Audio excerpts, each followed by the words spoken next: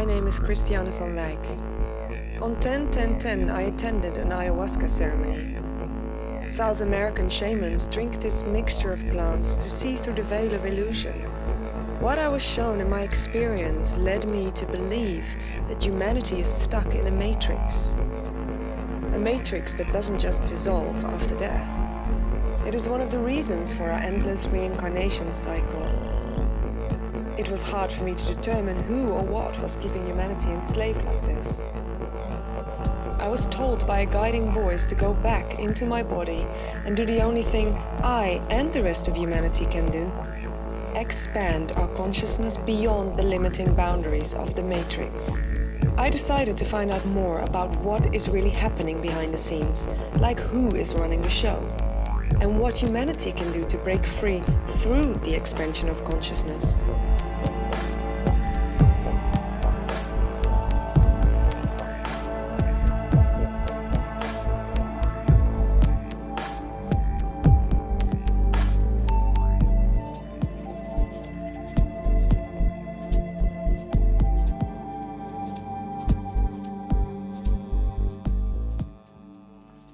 In the canonical Bible is Genesis chapter 6 verse 4, where it talks about the Elohim, which is a plural of gods and goddesses.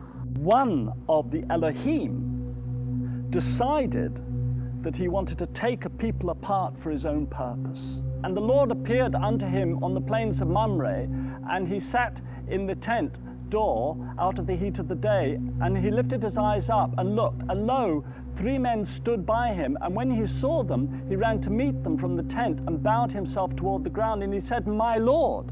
So the 3 men appeared to Abraham, and he recognized him as the Lord, as the God that he'd been speaking to previously in chapter 17. Who are these beings? Well, I believe that they're extraterrestrials. A being that was created out of the DNA of the Anunnaki, those who from heaven to earth came, and the hominoids that were indigenous to the planet. There are a lot of people who believe that the Old Testament God is Satan.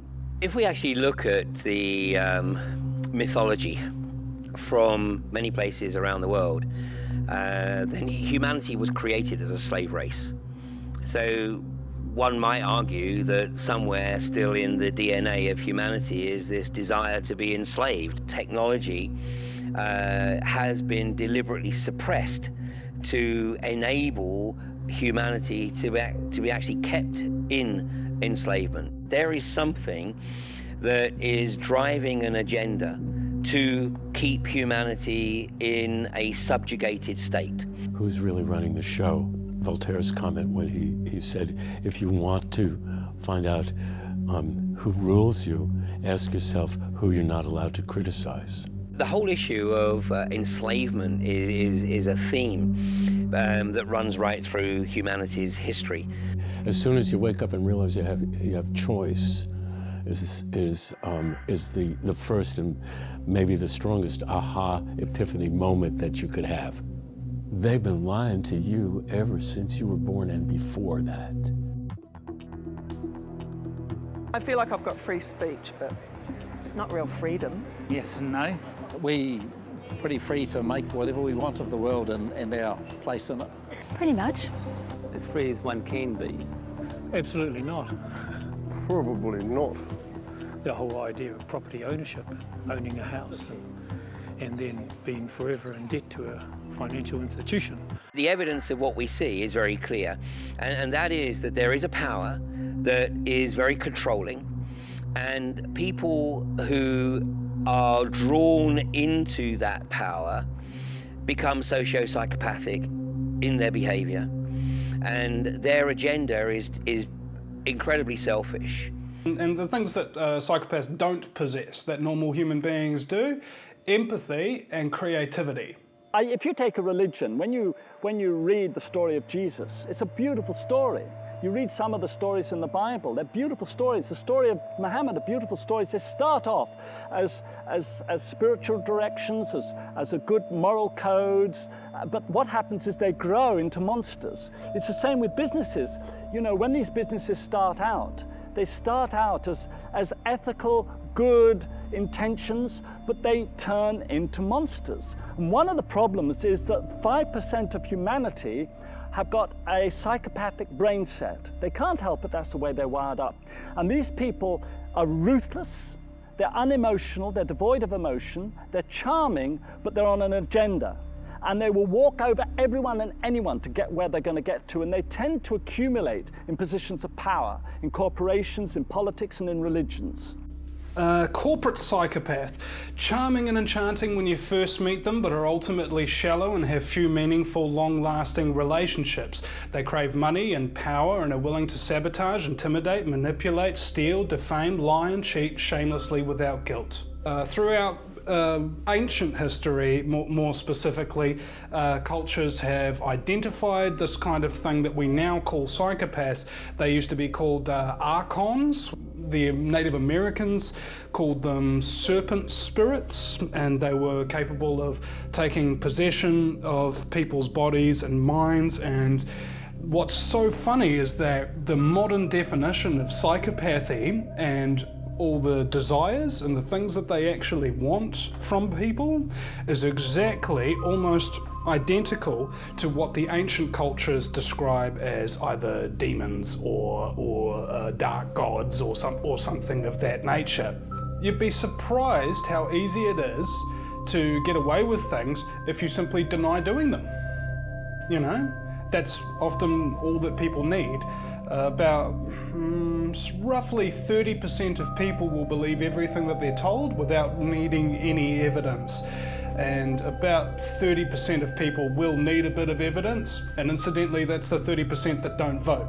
So you've got about 70% of people who are complete idiots who continue to vote for people who are committing scumbaggery and deny that they're committing scumbaggery. When you're talking about the psychopathic condition, they actually believe their own lies, and it's been shown in studies with lie detector tests that psychopaths do not actually give off those signals.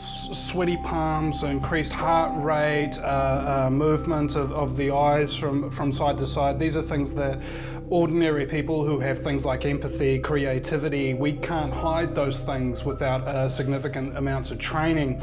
This is why cult leaders are particularly powerful. They seem to be able to not only lie to people, but lie to them so convincingly that they will love being lied to, and they will give up the things that they value most in their life, including their family, their wealth, and their resources, in order to become part of a cult.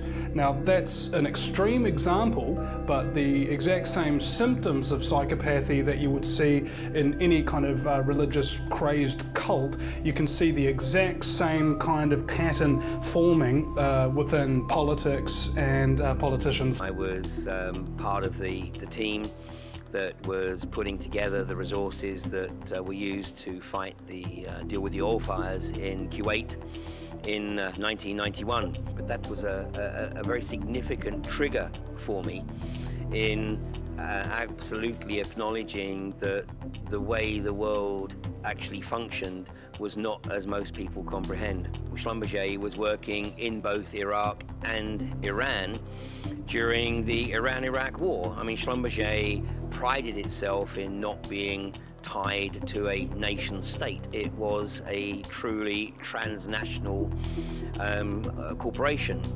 And so the fact that there were two nation states knocking 7 barrels of hell out of each other, well, you know, it wasn't really our concern, was it? I mean, our concern was effectively providing the needs for the client company working in those countries.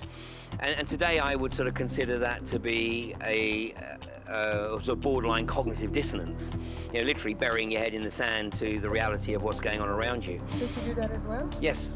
And in fact, I used to half jest when I was recruiting people to work in the industry, and I made the observation that if you have any interest in geopolitics, then this is not the industry for you. Oh. You know, you literally had to put the blinkers on and just get on with the job.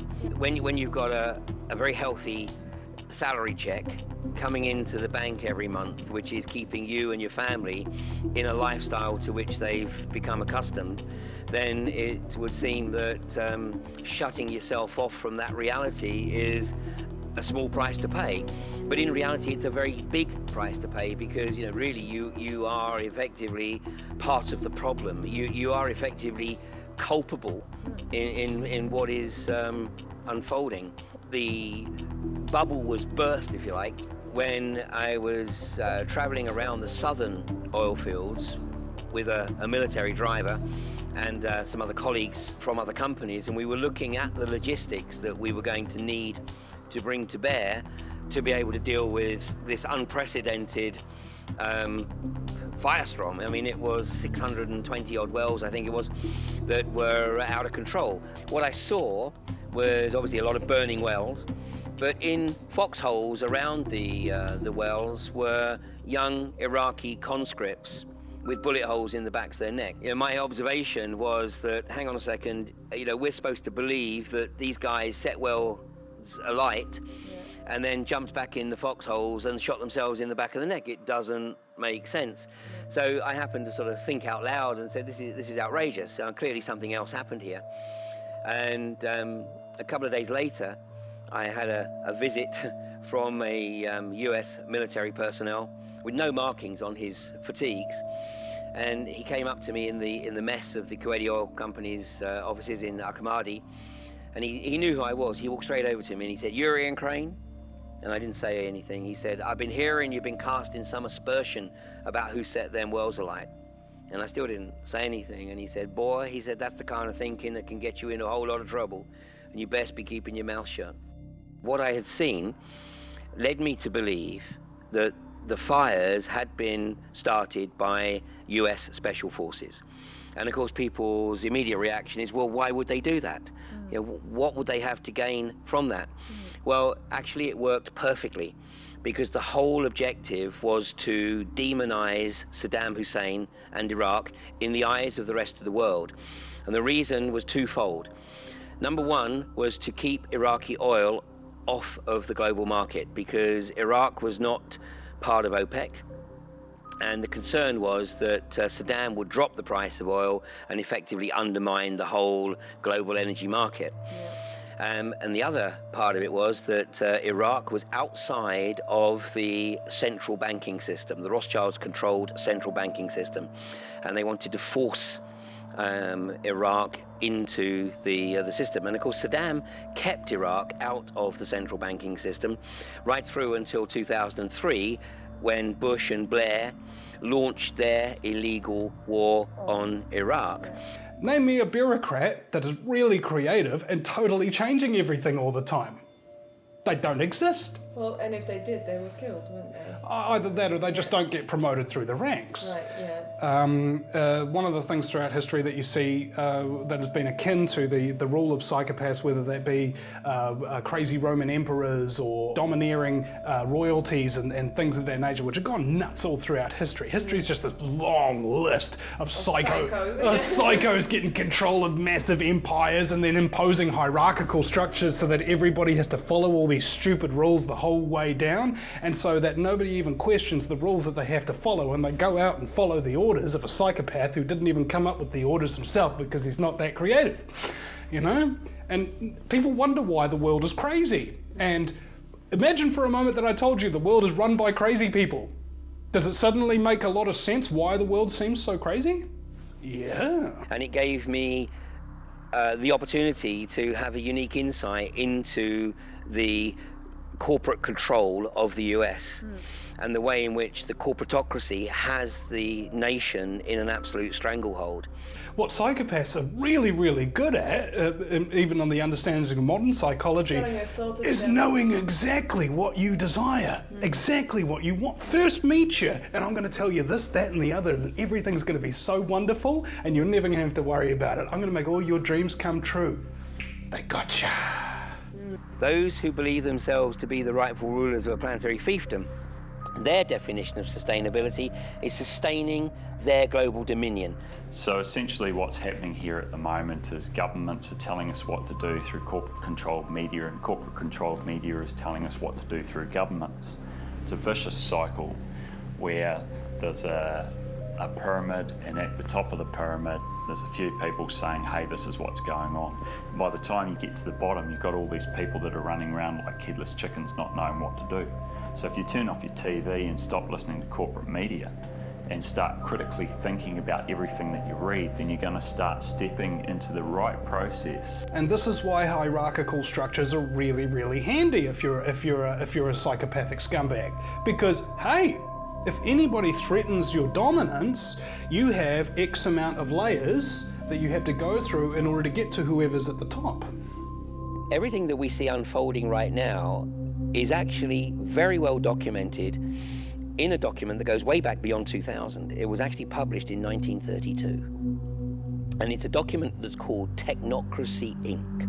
The earliest version that I have found of the blueprint of everything that's unfolding now to keep humanity literally locked into a total control grid. Zbigniew Brzezinski actually picked up on Technocracy Inc. Now, I don't know exactly at what point, but certainly by 1969. And I think his trigger was a report that came into the public domain in 1967, which was called the Report from Iron Mountain. Now, we don't know the exact origins of this Report from Iron Mountain. We don't know who participated in it. Some people dismiss it as a forgery. Well, let me tell you, it was a pretty damn good forgery if it was a forgery. But it was presented as a think tank document, and the think tank were tasked with looking at ways to control large populations without having a threat of thermonuclear war hanging over them. Okay. And so this think tank was put together in 1963 in the immediate aftermath of the Cuban Missile Crisis. And this is the first reference, by the way, that I can find to things like global warming, climate change, drought, famine, all of which can be used as tools to control a population as an alternative to fear of thermonuclear war. Again, fear. If you want somebody to abandon their reasoning processes, to abandon their conscience, make them feel afraid. Yeah. On the physical plane, they're doing a very, very good job of actuating their depop agenda, aren't they? Depop agenda is depopulation agenda, which is called for, prescribed, and strategized for, and has been for a long, long time. Doesn't bother me. I don't really mind as long as it's like for safety reasons. If it's for a good cause, then it's all right. I don't like it. I enjoy my privacy. Ooh. It doesn't bother me. I think it's necessary. I'm not really too keen on the whole idea. We should have our own private life, and we shouldn't have people intervening at every step of the way. I think there unfortunately are people out there perhaps who need to be monitored for the rest of our good. Fuck no, it's bullshit. What New Zealand is doing, together with the other Five Eyes nations, is to attempt to create a new structure of civilization. And I don't think that New Zealanders agreed to take part in such a radical, extremist project of putting all the foreign, at least, telecommunications of New Zealanders under a mass surveillance regime which automatically collects information on every single person. I think that is an extreme, bizarre, Orwellian future that has been constructed secretly. We shouldn't look at the Five Eyes and the activities of the National Security Agency in isolation. This is part of a broader hegemonic agenda by these institutions, not by the United States, but by these institutions that operate in an anti-democratic way and the networks of power associated with them. Coupled together with mass surveillance is an extraterritorial move to apply certain aspects of US law to as many countries as possible. So, for example, why am I being investigated by a grand jury in the United States now for the past 4.5 years, and some of my staff as well? How is that possible? I'm not an American citizen. We don't have a company registration in the United States. Well, because we publish US government documents, and that is the claim jurisdictionality, which these groups operating out of Washington are going to apply coercive force to me and my staff in the rest of the world. Even if you trust this government, history shows that when a government becomes empowered with the control of information, it will ultimately turn against its own citizens. So another part of this agenda is smart meters, which are being put into your house that will literally monitor every single transaction. It'll monitor when you take the milk out of the fridge. Eventually it'll monitor how much milk you use when you take the milk out of the fridge, so that you can literally be profiled through every single action. I mean, we think we're not predictable perhaps, and yet these smart devices have algorithms built into them for their predictive text based on your texting style. So when your predictive text comes up, it's using the history that you've created to offer alternatives on the next word you might use. Now that's just something noddy like a smartphone. Imagine what that can be done, or what could be done with that, when it's put into the macro. The Prime Minister, in the words of the New Zealand Herald, for the very first time admitted that his government had in fact planned a program of mass surveillance aimed at New Zealanders.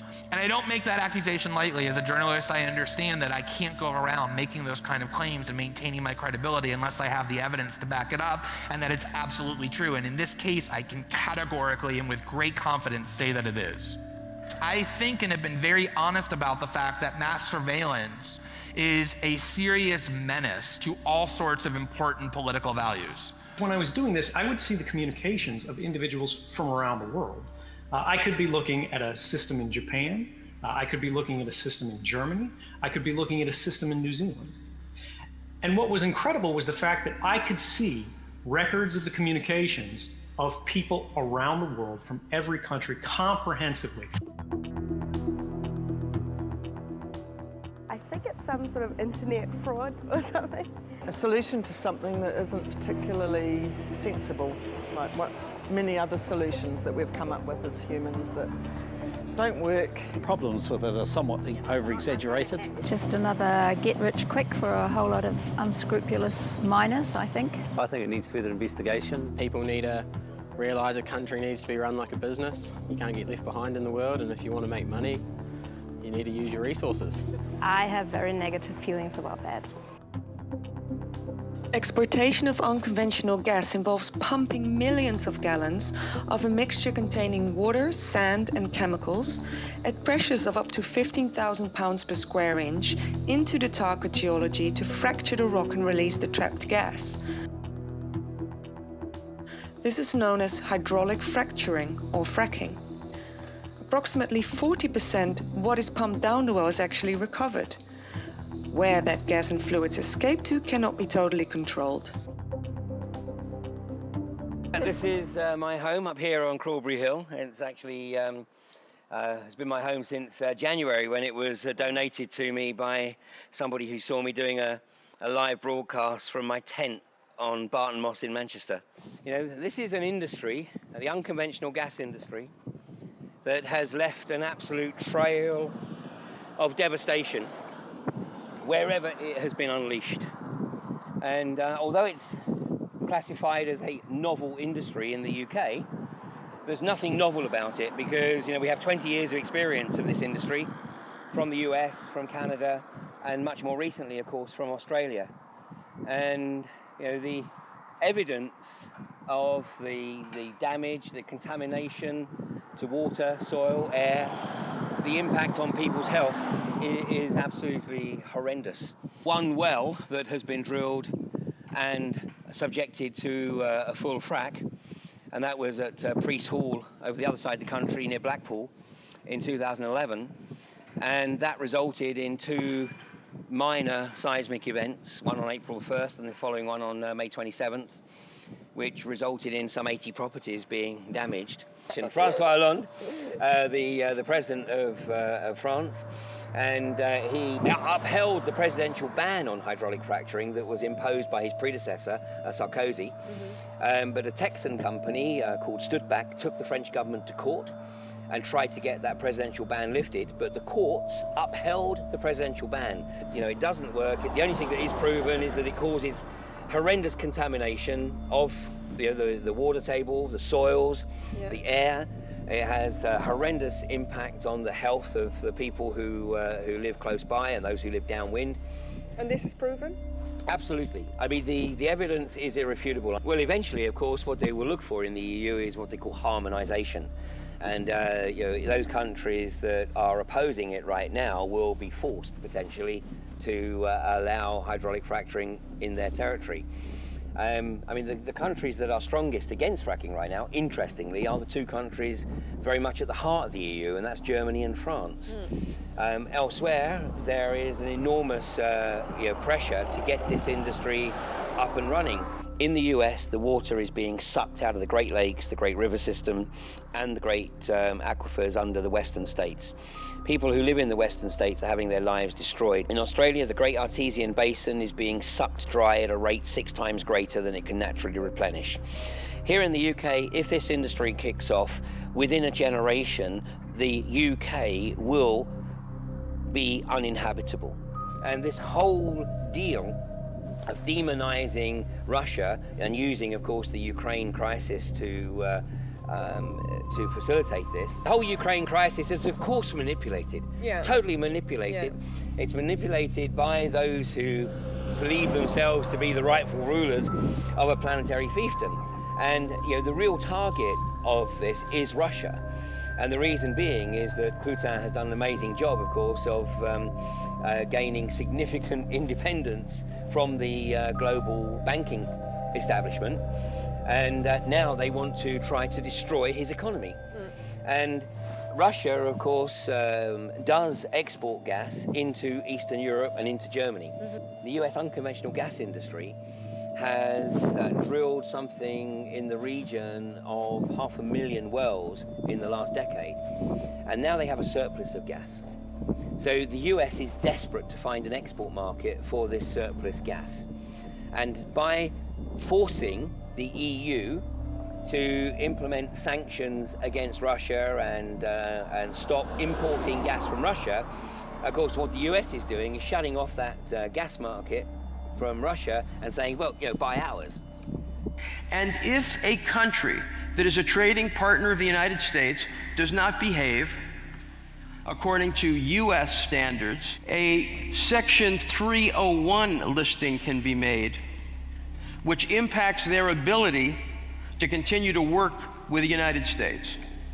It is a coercive form of listing which has forced many countries, including Sweden and European countries, to aggressively change their IP laws and other cultural related laws to allow them to continue the type of access they believe they need to the US market.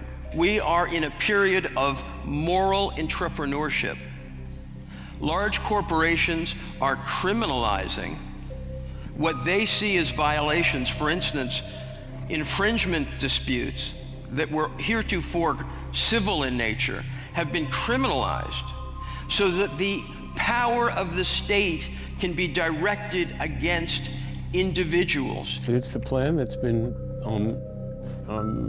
actioned for the last, 200 years or so, gradually and now with increasing virulence and efficiency to control everybody, B, get rid of a lot of people that won't or don't, are useless eaters, shall we say, which is a term that was coined by Henry Kissinger.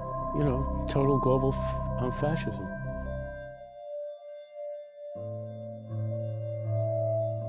The one thing that everybody has in common is they need water. They need fresh water.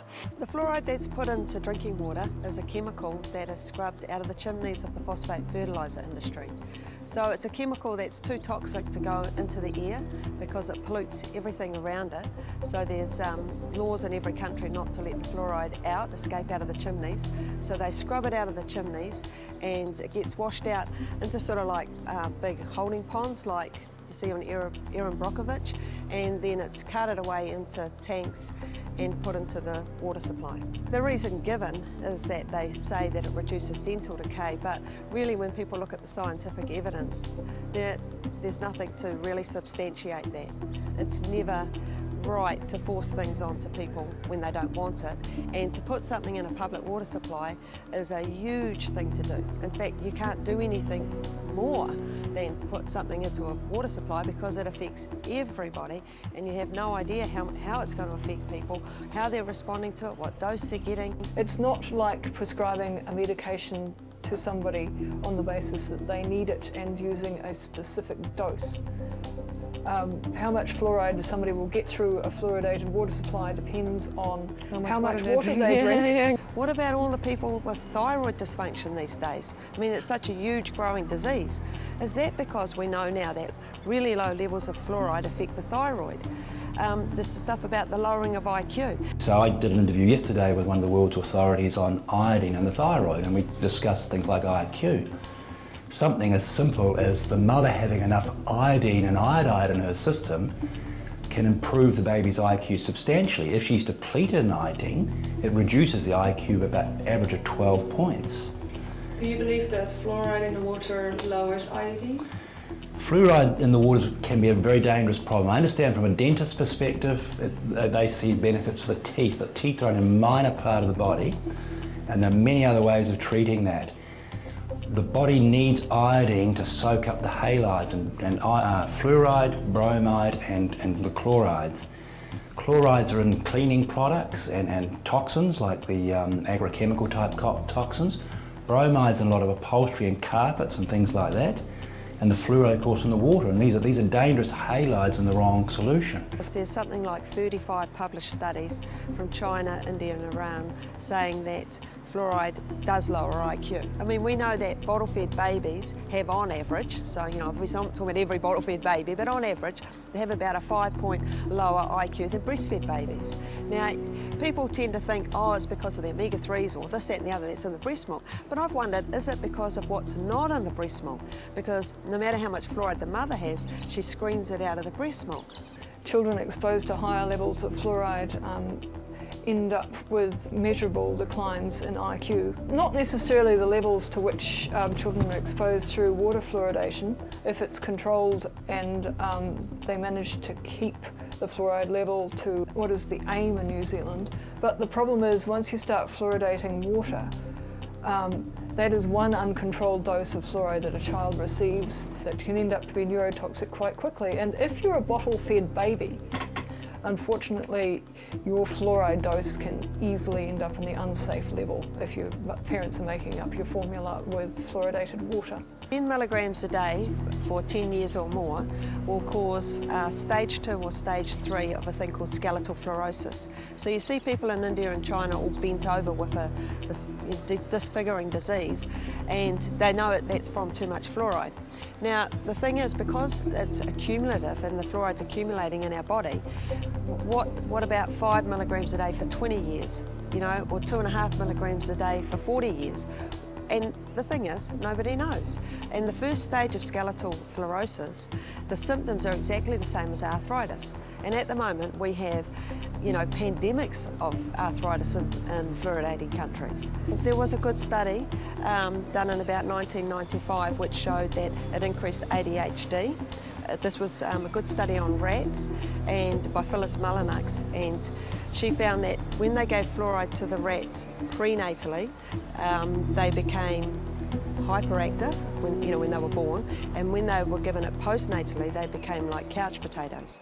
Water for health is seriously important because 80% of your body, the thoughts, the traumas and the toxins all go into the water Makes so much sense. holographically. So that means they go into the waters of every cell in the body, not just the kidney, the liver, wherever. When they were using fluoride to actually experimentally keep people quiescent in concentration camps.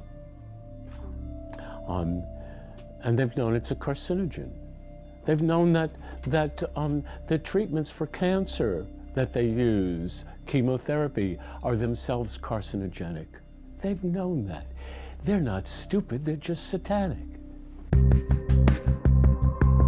It's quite dangerous not to have them for children. I haven't had my own children, and I'm quite grateful that I haven't had to make that decision. I think you just got to go with the medical advice at the moment. I come from a very healthy family of people who haven't vaccinated. It's very important that everyone should vaccinate their babies and should vaccinate themselves. The first one got a little bit, the first lot done had a really bad reaction, and since then none of them have been done, no. It's a classic example of the sort of the demonisation process that can happen if you're an honest doctor, is what happened to Dr. Andrew Wakefield when he and his colleagues first presented a case series of children who had been previously developing normally and then developed regressive autism, often with bowel disease. They basically said, you know, this is a concern.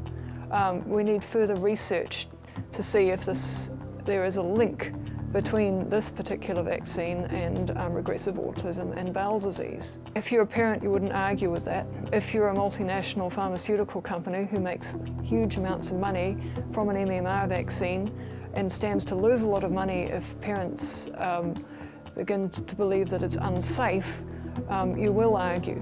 People who are familiar with Dr. Wakefield's story will know that he lost his job at the Royal Free Hospital in London. There was essentially a media beat-up against him, which accused him of fraud. And the pressure on them was so great that most of the doctors involved in that paper recanted. And Dr. Wakefield refused to recant because he said, and quite rightly if you read the paper, you know, I never claimed that the MMR vaccine caused autism and bowel disease. I just said that it needed to be investigated. He stuck his heels in and refused to be bullied, and you know, consequently he lost his medical licence.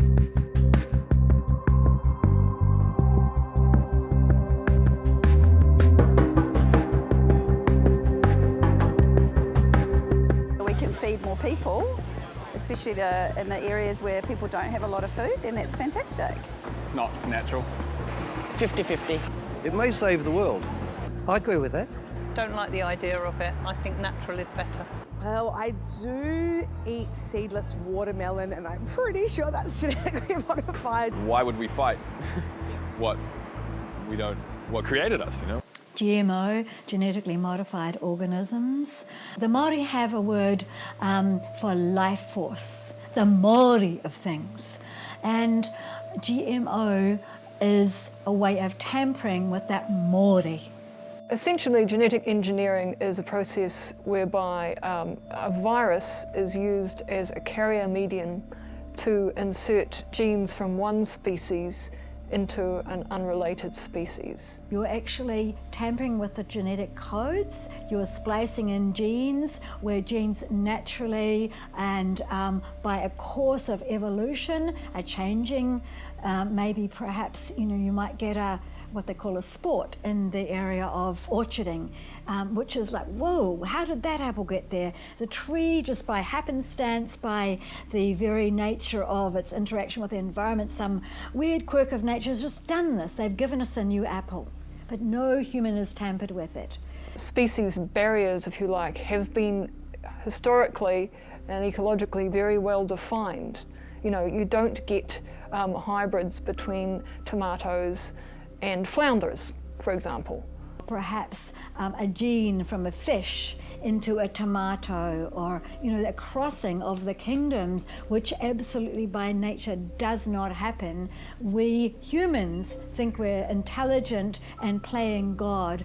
You can patent genetically modified seeds. And you cannot ever collect seed and save seed and grow true to type seed that comes from genetically modified food. So, and they even put a terminated gene in, so that guarantees it. So that means that you don't have control over your seed source, you don't have control over your food.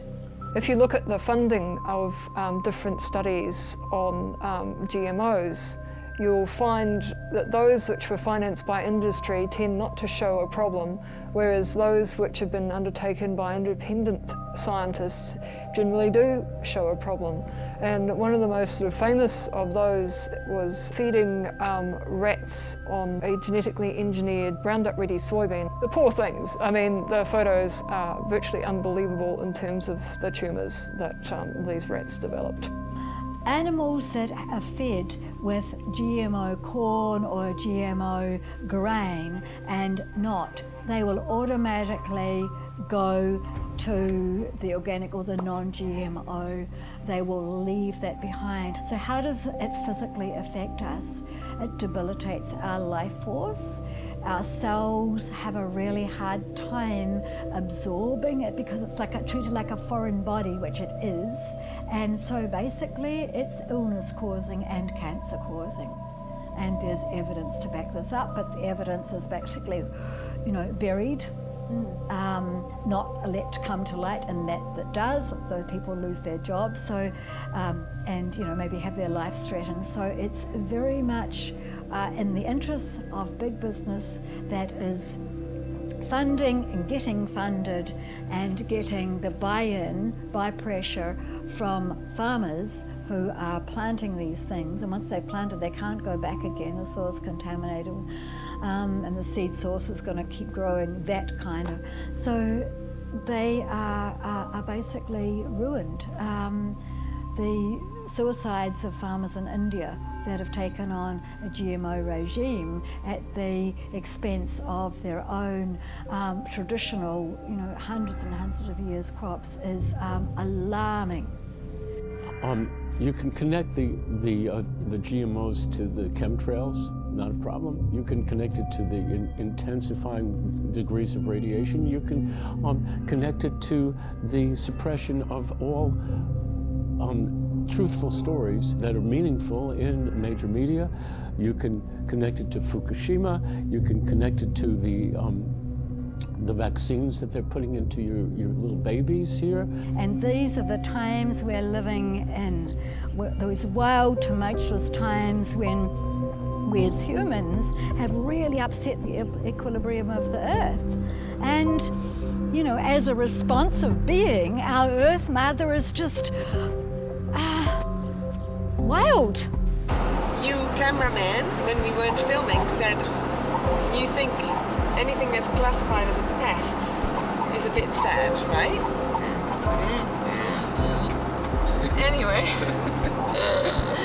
Anyway, so they call things a pest when there's too many of them, and so we're a pest, right? Cameraman? I agree. We're a pest. Human beings are a disease, a cancer of this planet. You are a plague. When you think in a linear, just A to B to C way, you can't think holistically. So we've lost our ability and our mental formatting as a society to think and see holistically. So it's actually how we view the world. And if you view the world as a continuum in a sort of spiral way, in a cyclic way that we learn from nature by living with and observing nature, then there's no way you can not think in an integrated way. So, yeah, we separated ourselves off to cope and function in this very fast track and very dysfunctional society. We separate ourselves from that, and so we don't have the ability to think common sense anymore. How does that make you feel? The word that comes to me, it's tragic.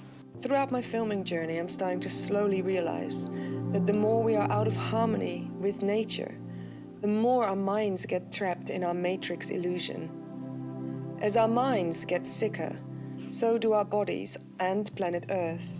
Well, illness is a state of getting out of balance with the rest of the cosmos or the universe, and which is very well designed and architectured. It's a highly intelligent living system, and if we work in balance with that, then we experience wellness and good health. If we swim against the tide, so to say, it leads to all forms of what we call disease or illness. Illness starts on a metaphysical level, some angst within the person deep down, feeling of shame, guilt, insecurity, not knowing their place in the world, not knowing how to stand on their own 2 feet. Then mental anguish, panic, fear, shame, guilt, uncertainty, anxiety. And then that eventually will translate into some sort of physical illness. So what we find when we treat effectively is that often as the disease heals, we get an emotional catharsis. And so because I've seen that so many times, I know in my own self that to really heal, we need to look at the spiritual aspects of a person. A lot of my patients were coming to me with cancer, having tried all the conventional therapies and nothing having worked for them, and in a terminal state. Generally, I could give them some help. Usually, I couldn't save their lives. It's very difficult being the proverbial ambulance at the bottom of the cliff. We tend to have an ambulance at the bottom of the cliff mentality, which is extremely expensive and is very destructive to our social systems. And it also means we're not looking after our environment properly. It's reflected outwards. It's reflected outwards, and it's reflected outward through relationships and breakdowns in society in various ways, and reflected outward and damaging. We've damaged most of our water systems of the world. We've damaged our air systems with pollution. We've destroyed most of the world's soil in the last 150 years. Our food's depleted in nutrition.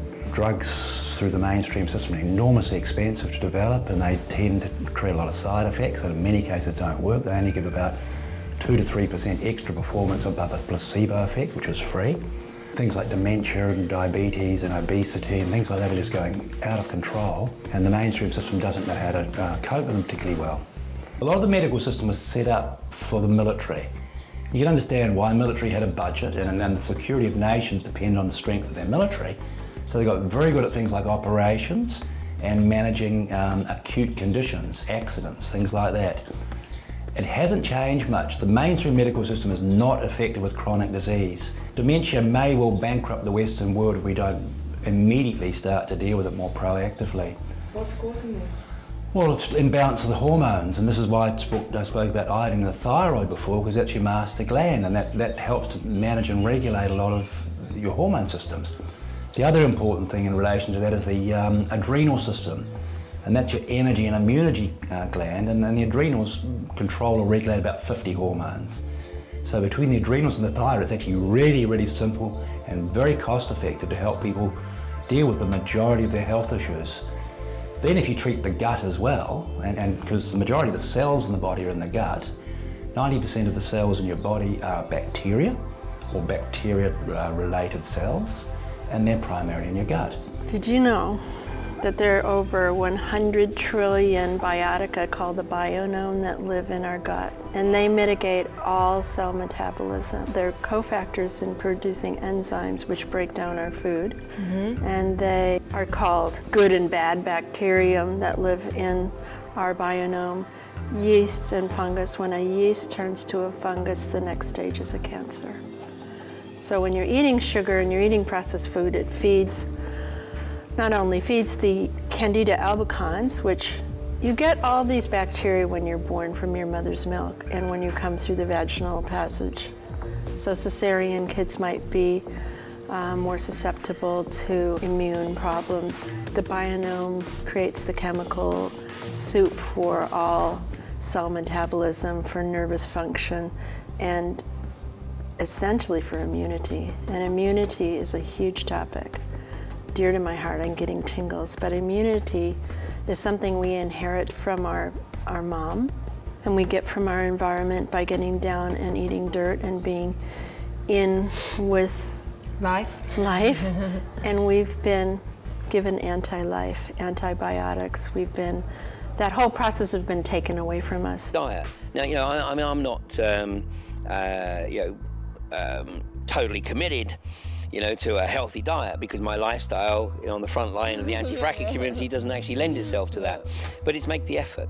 You know, it's stay away from the junk food. I mean, you're not going to find me at a McDonald's or a Burger King or a KFC, you know, anytime soon. Watch what you're drinking. You know, I mean, even bottled water, some of the bottled water has fluoride in it. Work in terms of looking after your health. You know, we're using natural medicines, which are about prevention rather than cure, which is why the pharmaceutical industry is desperate to shut them down. Stimulants like coffee and sugar and processed foods, and especially dairy and wheat, are so irritating to the gut lining. You look at a lot of reptiles and they sit on a rock and feed themselves, and they sit on a rock and they feed themselves, and that's what they do. And that's what happens to people in a general term whose adrenals are depleted to a certain level. Then their immunity starts to drop and disease starts to seep in. So we treated hundreds and hundreds of people for cancer, and we tend to be very successful with a lot of our programs, which are, you know, balanced nutritional, holistic programs, mind, body, and mindfulness and things like that related. But I don't think I've met a single person with cancer who hasn't had an adrenal problem to start with. So again, you've got to understand how the adrenal system works, the fact that it controls or regulates 50 other hormones, and that it has an enormous amount of impact on the ability to use your brain effectively, and the types of way you use your brain, which are either at a survival or a thrival priority. Everybody's got cancer, everybody. And even a newborn child's got cancer, but the immune system tends to take care of it. And this is, again, understanding the intelligence behind the system that we live in. Nutrition is one of the key elements to healing the body, but the body is actually a vehicle of consciousness, and it heals itself given the right environment. You know, I mean, if you're looking at drug companies' motivations, again, you're talking about corporations which are established for the purposes of making money. And I remember a famous quote, I can't remember who said it, but they said there's more money in searching for a cure for cancer than there is for actually finding it. And there are huge numbers of drugs for cancer on the market, and many of them are very expensive. The new ones are very expensive. As the old ones get old, of course, they're no longer patented, so they're not so expensive. Tobacco companies would fund research which was designed not to show a problem, and then publish it, and then trumpet the results loudly through multimedia channels. You know, if you were to follow a busy doctor as he makes his daily round of calls, you'd find yourself having a mighty busy time keeping up with him. Time out for many men of medicine usually means just long enough to enjoy a cigarette. And because they know what a pleasure it is to smoke a mild, good-tasting cigarette, they're particular about the brand they choose.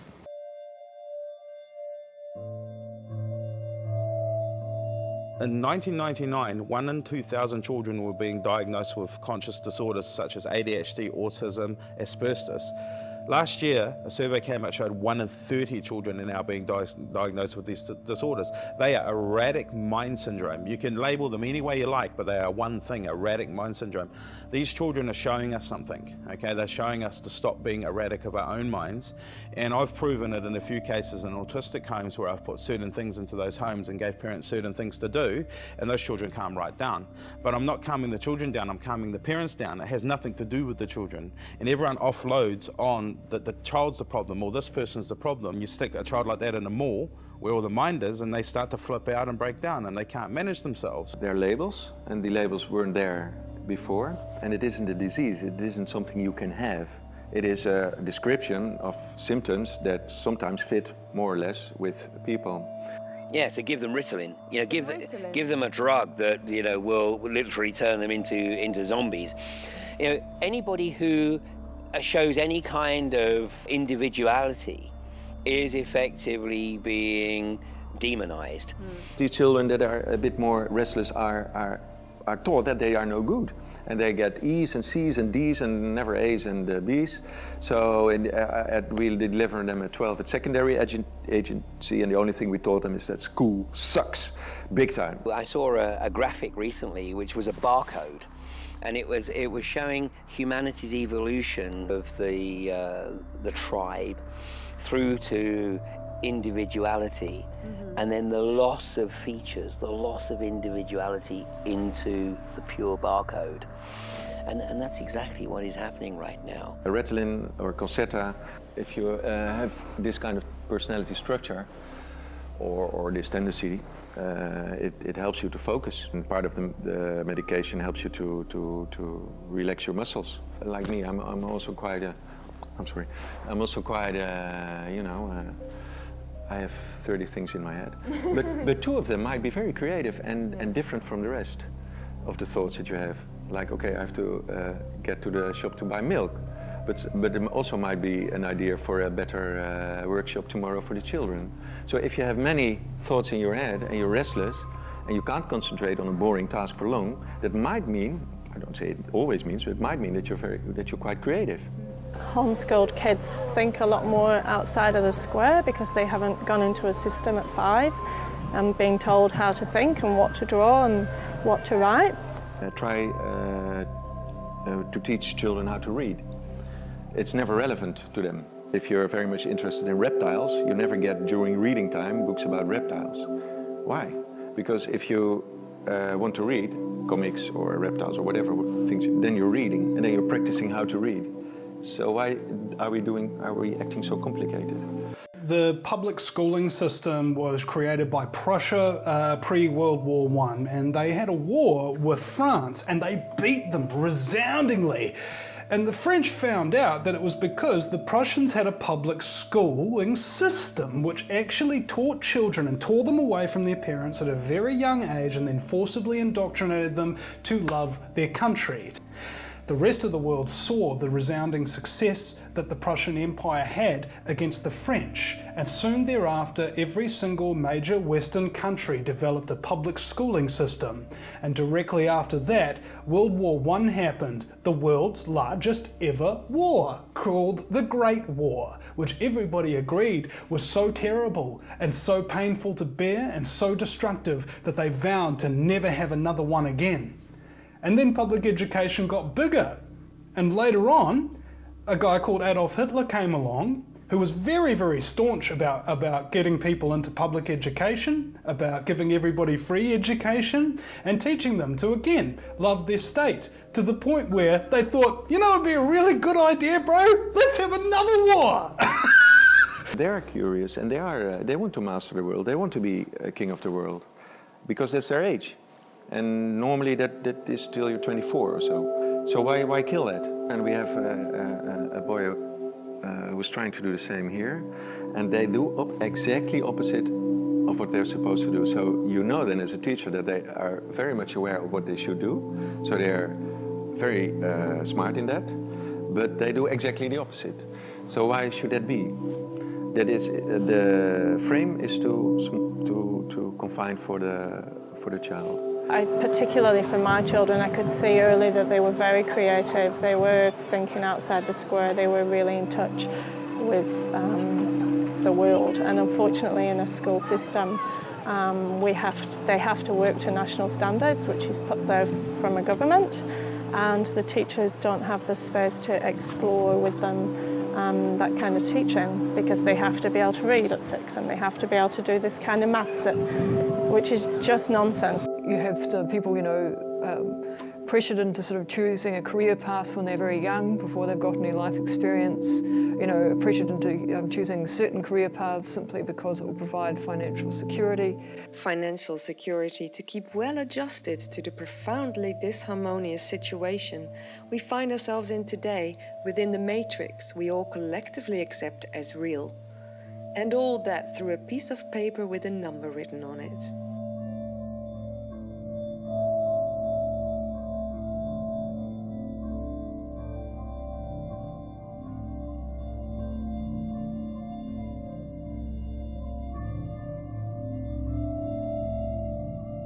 Well, money first was invented as a means of exchange. Before money came around, people used to barter for goods and services. If you had a cow, you could swap it for a goat or a pig. If you already had a goat or a pig, barter started to get a little bit clumsy. Barter became precious metal. They started with gold, which was a rare commodity and valued and precious. It was risky to carry gold with you because you could get robbed. So gold merchants set themselves up to hold people's gold in exchange for a piece of paper that says, "This represents 20 pieces of gold." Over time, the paper became more widely used than the gold. Not many people came to pick up their gold in exchange for the paper notes. Gold merchants decided it was more profitable to print money and put that into circulation. Over time, pieces of paper began to represent gold. It will say, "I promise to pay the bearer the amount of $10. It's basically a promissory note. Because there was only a finite amount of gold in the vault, there could only be a finite amount of paper in circulation. The gold merchant realized he could make money by simply circulating the paper. Say, I've only got 100 bars of gold in my vault, and there's a need for 150 equivalent items of paper money. So he started to charge a premium on the money. If you want this money, you'll have to pay me a certain proportion. For example, a businessman asked a merchant for money to buy another ship for his trade. The merchant said, "Sure, I will lend you the equivalent of 100 bars of gold, but you will have to pay me for the benefit of having that money." And the gold merchant was making money first off by printing the money that represented the gold, and then by charging interest. And interest back then was seen as a sin. In fact, the Catholic Church outlawed the charging of interest, calling it usury, for over 1,000 years. You would be excommunicated from the church if you charged interest on the money that you lent out. And that's where the Jewish merchants came into their own, because the Jewish merchants didn't worry if they got excommunicated from the Catholic Church because it wasn't their religion. And so after a while, the church realized that there was a certain amount of money to be had in interest, and so the excommunication curse was removed. 300 or 400 years ago, the only person who could issue notes and coins was the sovereign, the king, the queen, or the government of the time. And that exists right now in New Zealand. Only the government can print our money. The problem is that money creation has now gone digital. It's all electronic. And so while banks cannot create the notes and coins in your wallet, they only form 2% of the actual money in circulation. The rest is digital money. And that money is created by the banks. The banks can create money simply by typing numbers into a spreadsheet. So the banks decide where the money gets invested.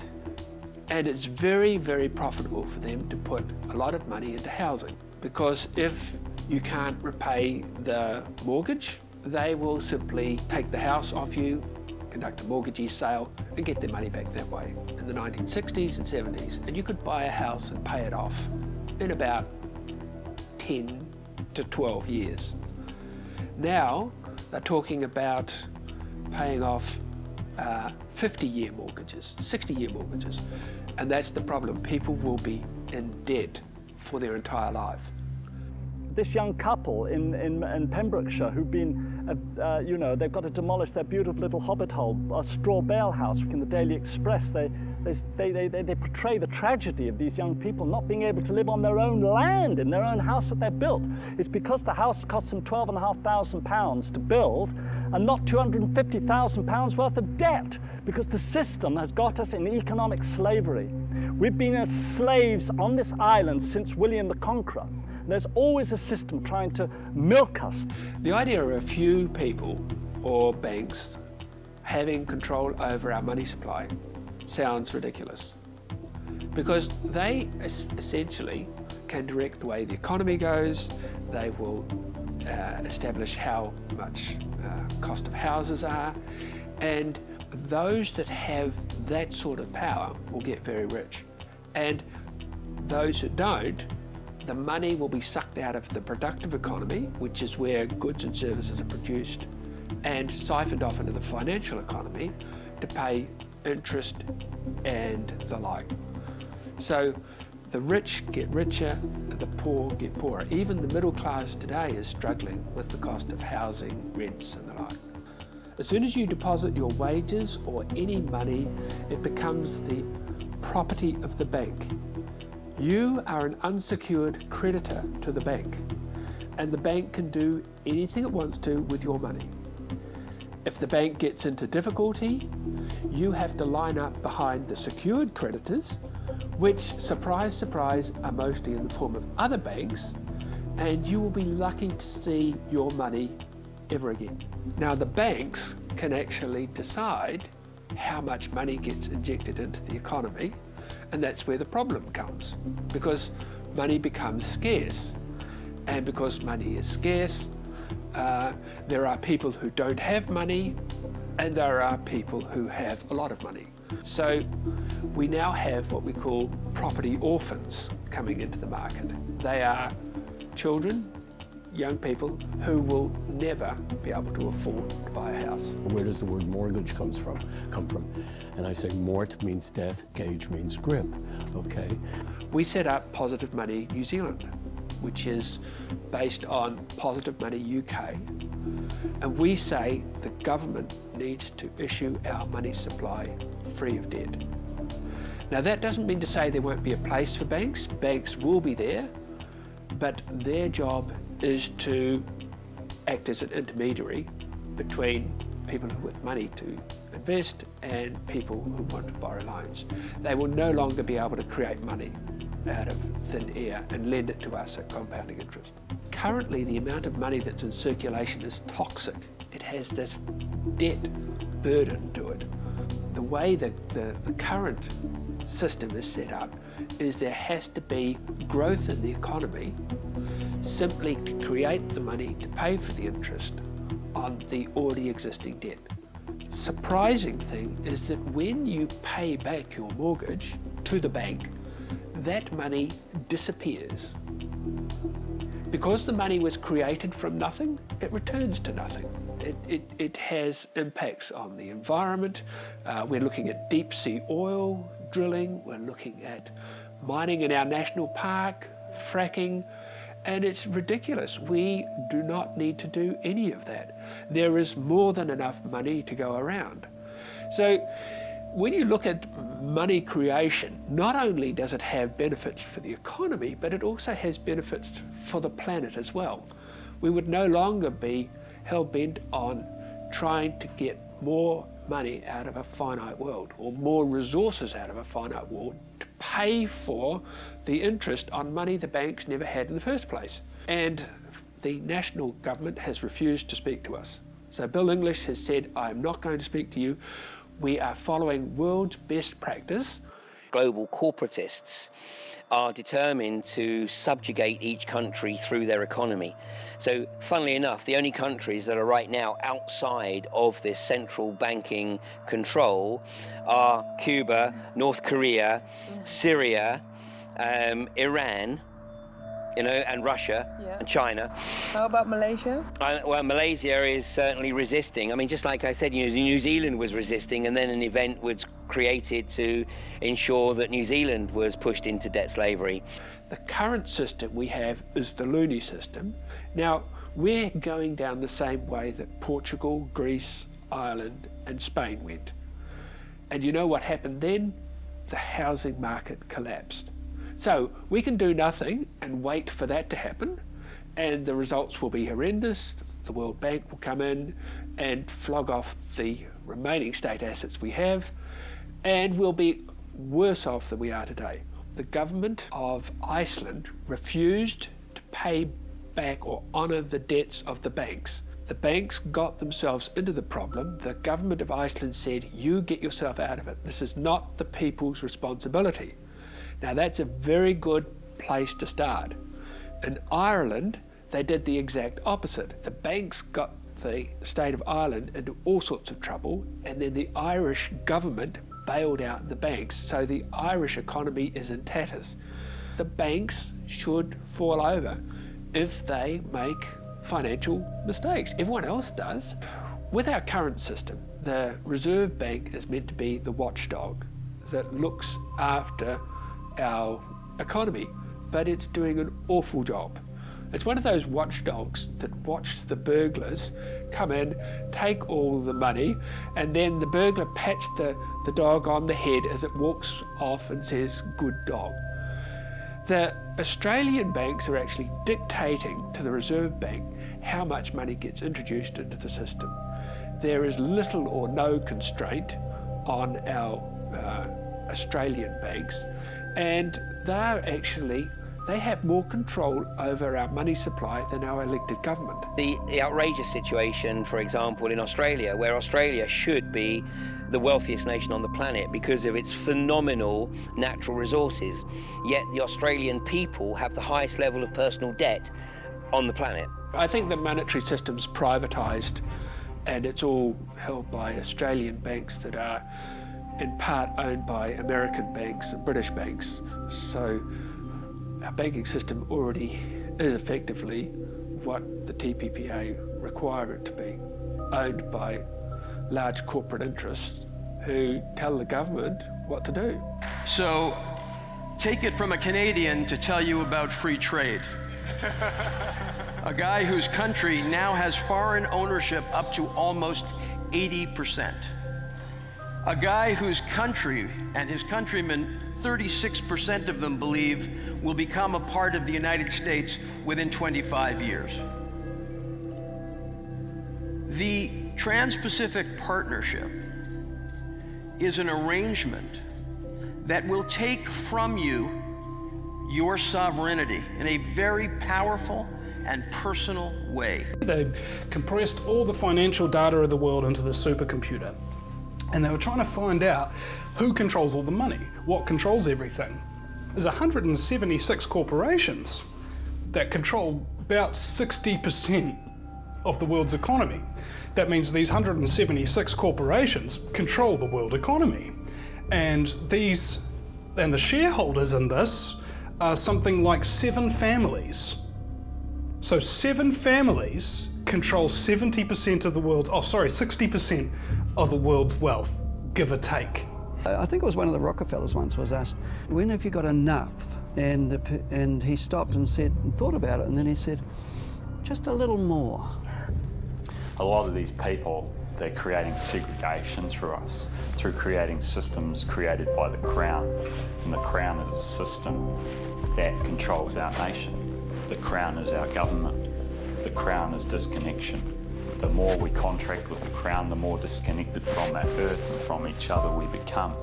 Unfortunately, it's become about corporations. Such things as the TPPA reinforce corporate greed over people, where whole corporations from other countries can come to New Zealand and sue us for future profit, loss of future profit, if we do things that are against their philosophy, their corporate ego and their corporate identities.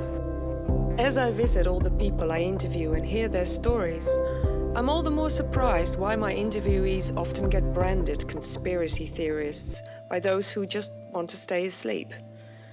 If all this makes so much sense, then why do so many people not care? Why do you think it is that people find it so hard to Because read it's stuff? true. And people don't want truth? No. People are very receptive to honesty. However, at the same time, they reject it and they don't value it. We are suffering, we are burdened, we are heavy. We've been enduring many years of evolution. And we have a lot of history under the bridge and under our belts and on our backs that we carry around with us.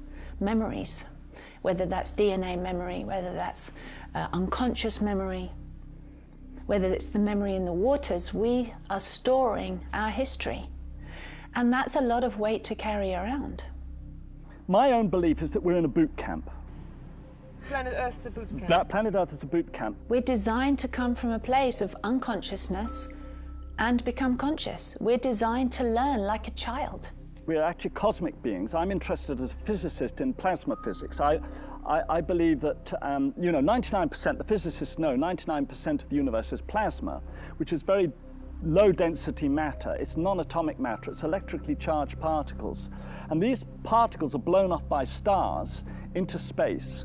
And the space plasma is electrically active, and life is based on electrical activity. So this plasma is much better for life than atomic matter.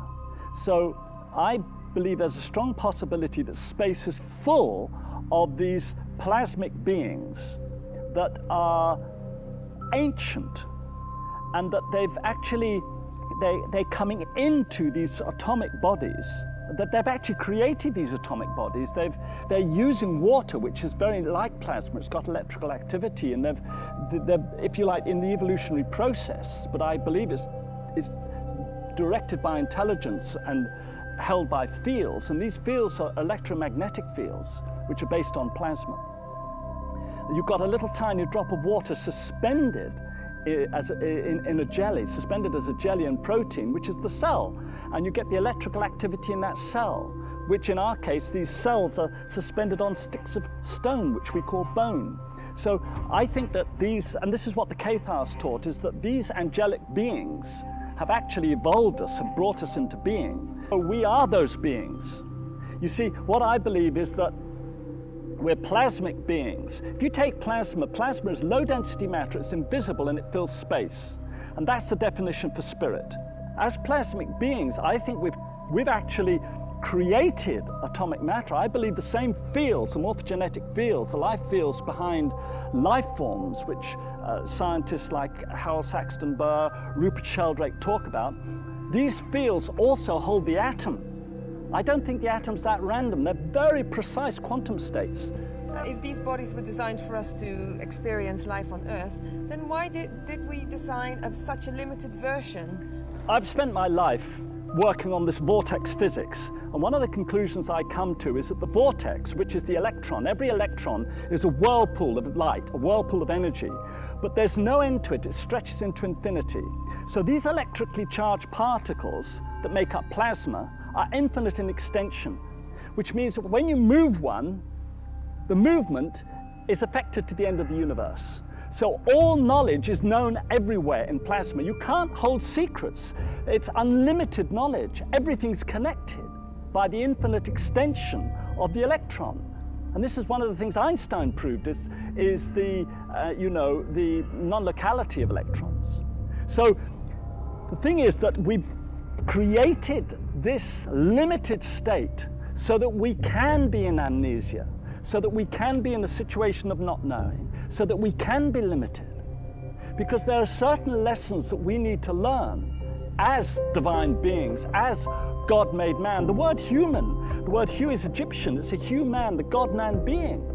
If there was only love and light and that was it, and that's all we knew and that's all we were, there would be no humanity, there would be no journey, there would be no point to all of this. When a person incarnates, they may decide to put themselves on pause, meaning they don't become aware of who they are really and what they're here to do. They might put themselves on pause in a sense because they need to become part of Wall Street banking or whatever it is, and they're not meant to become aware of what's going on really until they get into becoming the bank manager. And 2012 arrives, they're in a nice position, they're on the inside. So how many hundreds of thousands of people in those positions all over the planet have just awoken and are about to wake up? You get your epiphany, and that's coming fast and thick for a lot of people these days. For a lot of people, the gateway was 9/11. A lot of people woke up to 9/11. Not completely, but they woke up to the fact that their government was lying to them yet again, my God, and immediately closed down. Because to go down that path meant to continue to open doors to the real deal. Live in this current society where people get ostracized, rejected, and called conspiracy theorists for talking about things that are outside of the norm, where people have this tall poppy syndrome that prevents them from even having the motivation to express, let alone fulfill the promise of original ideas.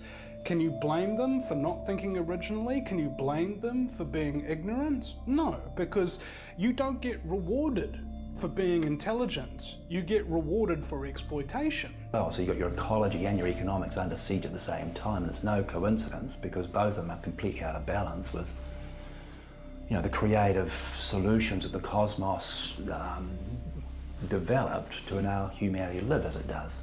If you go up to a giant pyramid and you think, ooh, that's a huge stone, bro. How am I gonna lift that? Do you try to lift it yourself? No, because it's too big. You don't bother. So, that's where humanity's at. They think the problem's so big that they can't do it. It's like we talk about addiction, and it's easy to say we're addicted to alcohol, or we're addicted to drugs, or our medication, but there's an addiction to struggle. There's an addiction to being stuck. And in a way, it feels comfortable because it's what we know. We get trapped in what we know. And so it's easy to come home at the end of a hard day of work and slump in front of the TV after a couple of glasses of wine and to just blob out. And for life to just keep happening, on and on it goes, and we don't really take responsibility for getting out of that rut, doing something different that brings us back into our more natural state. I've got this basket as an example. The way this basket was made is that the weaver soaked these fibres in water before weaving them. And then once the basket pattern had been woven, then it sets solid and keeps its shape. Now this is what happens in the brain. In a young brain, it's almost like the pliable cane that's been soaked. You can manipulate the dendrites, you can manipulate the pattern in the brain. And then what happens is as the brain sets, as it grows older, you get a template where you get a set pattern that's very difficult, it's very rigid, you can't change it. So if you can get hold of a child and teach them, program them, whilst the brain is pliable, then a pattern sets for the rest of their lives. This is why the Jesuits say, give me a child from 0 to 7 and you can keep him for the rest of his life. As we get into be adults and we have all these problems that we've got to face and deal with, all the bills we've got to pay and all the difficulties we have with coping with work and extra time for this and running children here and there, we're just stuck. And it's a treadmill we can't get off.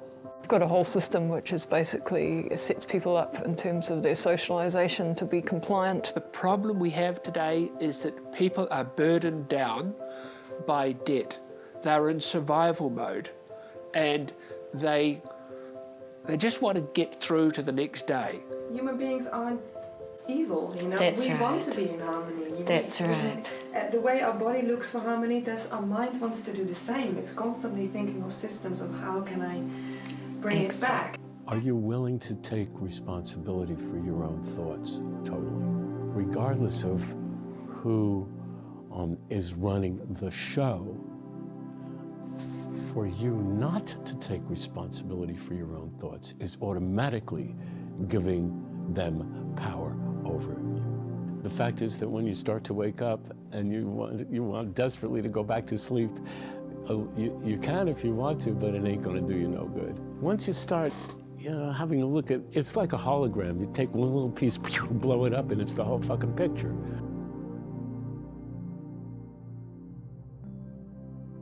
Humanity has been taught that the mind is the dominant aspect because we see that that's what it's creating our outside world, okay? Well, the mind is a very powerful aspect and it does create the outside world, but one of the biggest problems with that is we've come to a stage now where we've created so much in the outside world, it's time to revert back to the inside world. And bring the attention that goes out there, bring it back here, and appreciate what's been given to you. Well, the mind's overloading with thought. Right. Okay, so the mind thinks so much. I mean, it's like, for example, still the mind. That statement is delusional, okay? That's an impossibility in science for the mind to become still. Focus the mind, send it on a journey, put it in a tree, create a mantra, okay, there. My mind thinks it knows what life is all about, what it is to be a human being, what it is to love another person. But actually, really that gets me in a mess. That creates a lot of problems. The other side is to know what love is, to know what life is, to know what's the truth, to know reality, because I can feel it, because it exists, because I have something else which actually has the capacity to know, rather than to think that I know. One of the things about the human mind is, unless you instruct it to do something, it does whatever it wants, okay? So if I'm moving along with my mind, thinking a lot, repeating my thought here and there, then I go, hang on, I want to stop that, okay? So I go and do something to stop that. Unless I repeat that stopping principle point, the mind will just go back onto its same journey of externalizing everything around it. So if you're using your mind only to create your external reality, in most cases your expectation, you'll have disappointment and things like that, and a lot of this stuff will arise in your life. But if you're using your entire being to create and using your mind as the channeled point of that creation, then you will be a lot more powerful. An exercise I get, particularly with our 21st Century Youth Program, what I get the youth to do is go in the mirror every morning, and the first exercise they do it for 7 times. So they go, I love myself, okay? I love you, me. I love you, me. Me. To bring awareness to the self, to the all that is right here, expressed in this body, is something so unique, so precious, so magnificent. It's worth humbling to, it's worth coming home to, it's worth recognizing and spending some time with. Well, we're brainwashed, okay? The system is a brainwashing system. It consistently brainwashes us all the time. The biggest aspect of brainwashing is fear, of course, okay? But fear is a human element as well. So fear can never be removed, but it can be faced. The searching of the mind for knowledge, the searching of the mind for something that is real, for something that is true, for something that means something. And that can lead us into very dark, empty, lonely, greedy thoughts. Where does that thought come from? Am I creating it? If I'm creating that particular thought or downloading it, where am I downloading it from? And is that thought efficacious or evidential? Does it have meaning? You know? So our free will is making us choose this in a way, maybe not fully consciously, and so is our journey maybe to wake up from that, so that we can say, hey, no more. Yes, hey, so no more. So it's a beautiful divine plan in a way. That's right, yes. So another good exercise to do is, if you have a major problem, or you see a major problem within yourself, if you look for the other side of that problem. If I have a problem with you, for example, okay, so I have a problem with you. Now I can break that problem right down to, I have a problem with the way you talk. The other side of the problem is coming from me, because I have that problem, you see? So as soon as I identify the part of the problem that's within me, I'll release my problem that I have with you externally. The paradigm of trying to understand life, the universe, everything with our minds, and understand all of creation with our minds, and understand the purpose of that and who we are, with something very limited, to shift out of that and move into a place of knowing, of being, of isness, of expanse, of feeling, of reality in our hearts. And let our minds catch up with that eventually and try and figure that one out. But let it not be the master, let it not be leading us down dark alleyways, as it has done. Empirical neurologists are starting to question orthodoxy in terms of the brain function. You know, the brain is considered as one organ. It's not. It's 2 completely separate organs divided by the corpus callosum. And the left brain is acknowledged to be that part of the human physical vehicle which provides us with the, if you like, the antenna to interpret through the 5 senses. It's the physical, empirical, material transmitter-receiver.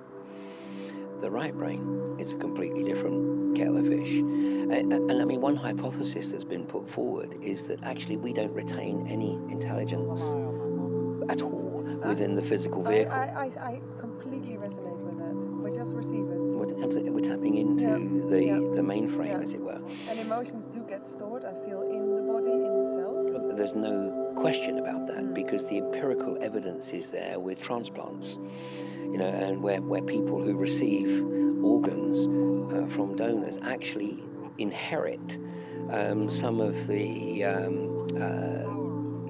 unique capabilities, capacities, belief systems of the donor. I mean, one of the classic examples. I want to eat chips, and he never liked chips. Exactly. Well, I say one of the classics is a lady from Canada who actually got the heart of an 18-year-old male. And because of her lifestyle, she was very ill, and she'd obviously been very careful about her diet. And when she actually came out of the anaesthetic from having the heart transplant, in fact, she had a heart and lung transplant, and the first thing she said was, I could murder a beer and a Kentucky Fried Chicken. I actually spent some time talking with a retired orthopedic surgeon, and he said, Ian, he said, you know, anyone who works in surgery knows that when you are giving people massive blood transfusion, it's absolutely essential that you keep them sedated, because they go through a massive emotional turmoil as the foreign blood sort of rushes through their system. So the point of making this observation is that, you know, we need to unleash ourselves, untie ourselves from the bounds of orthodoxy, and be prepared to consider something that, you know, orthodoxy considers to be completely crazy, because they don't really know. So we know about the heart a lot more now, and it's not just for pumping blood, it's a whole issue that relates to things like compassion and consciousness and empathy. The cosmos is clever, the body is clever, and the more you learn, the more you realise just how clever the whole system is. As I'm treating with ozone, there's a very high probability that we're going to overcome the physical illness. So what I say to the person is, as you recover from this, you might want to start developing a new mindset now, because I can tell you your physical problems are going to ease. So that's not going to be in your life anymore. But if you've got the old mindset, well, what's going to stop it just coming back? So start now thinking about how you want to think about yourself, how you want to approach the world, and what your philosophy of life is going to be. Grow into your higher self. Become that for which you pray. People come, they expect a practitioner to cure them. The way I see it is that the body has an innate ability to heal itself given the right conditions. A lot of people are they're degenerating because of the system that we're in. And what I think that you're asking, and what we're inquiring about, is how do we pick ourselves up and step out of that? And the first place to go is nutrition. Grow your own food, drink pure water, surround yourself with uplifting ideas and people, and get the issues and the tissues out. Our bodies are lodging all our history or her story in the very tissues of our body. And talking about them doesn't do it. You need to move that story, that energy in by deep breath work, by going out in nature and connecting.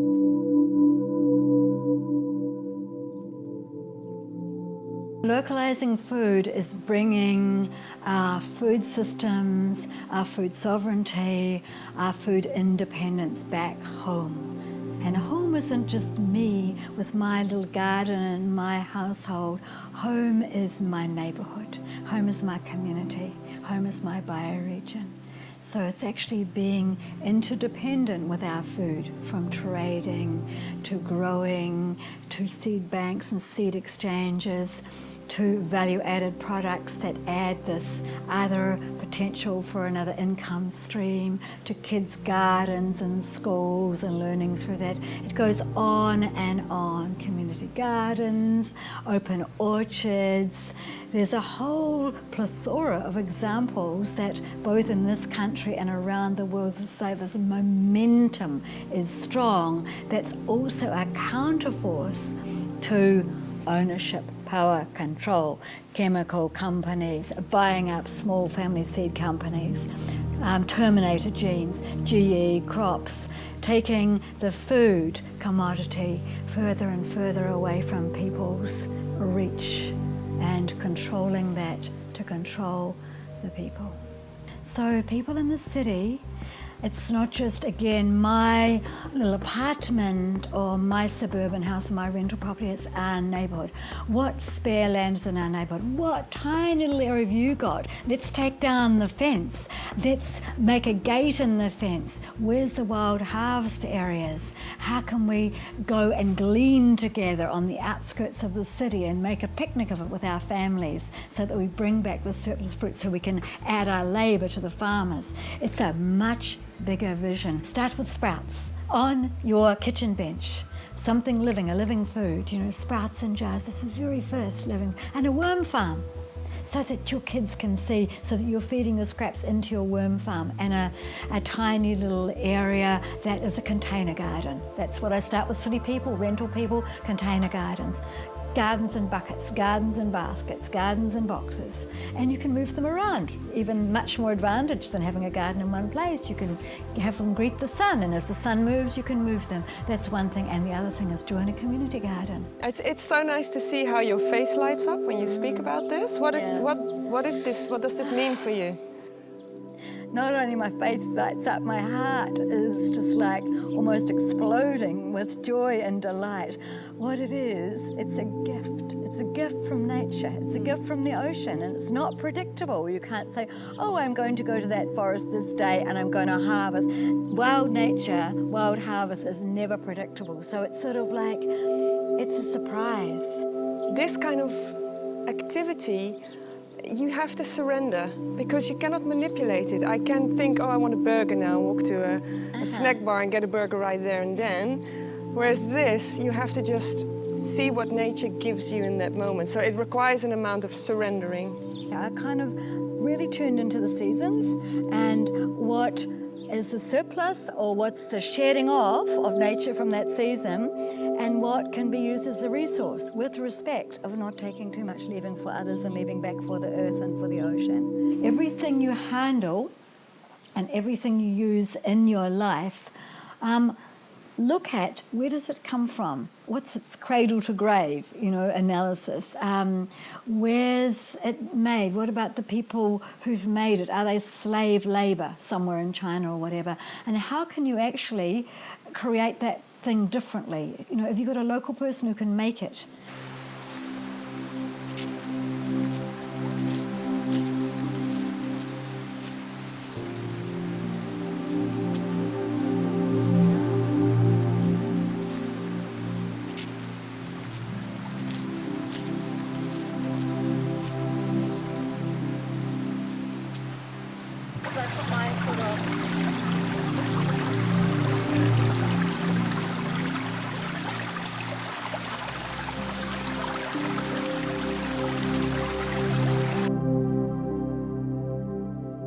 Welcome to Streamsong, name of my home.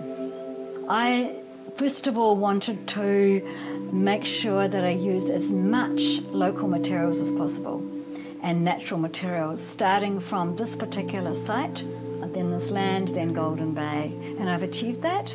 All of the clay in this home is excavated from these banks. All of the stones are from Golden Bay rivers and quarry. And all of the timber, which is structural timber, is from other farms, other forests in Golden Bay milled locally. Small, buildings small. So this is really like a sleep out in a way, but it's got an outdoor kitchen, and so it's fully in an outdoor shower, indoor-outdoor, sort of fully self-contained, really. I don't see how you'd need more. That's right. Visiting Robina has opened up a whole world for me. To be shown how easy it is for people to make small steps towards a life more in harmony with the natural ways, I decided to film some more people who can give me insight into more sustainable living solutions. We've been off the grid entirely the whole time we've been here for 24 years. And that's a journey. We started with solar when it was really expensive. And now look at it, you know, anyone can do it. Well, all the rural people in this district take their water from either tanks or rivers. Yeah, we get it from a river. We planted too many fruit trees. We've got food forests here and we're oppressed by fruit. You know, there's so much fruit, but we give it to the birds in a way, but we also give it to our neighbours and we ask them to come up. And that is our solar water heater. And that is, well, Yvonne says that's the best purchase we ever made in our life because it was $2,000, I think, at the time, quite expensive, but Oh, it's just been so good. It's a family size. We had solar for many years, and now for the last 6 or 8 years, this is a micro hydro. You can see the water coming out there. I built a nice housing for it. Creates electricity 24/7, all night long.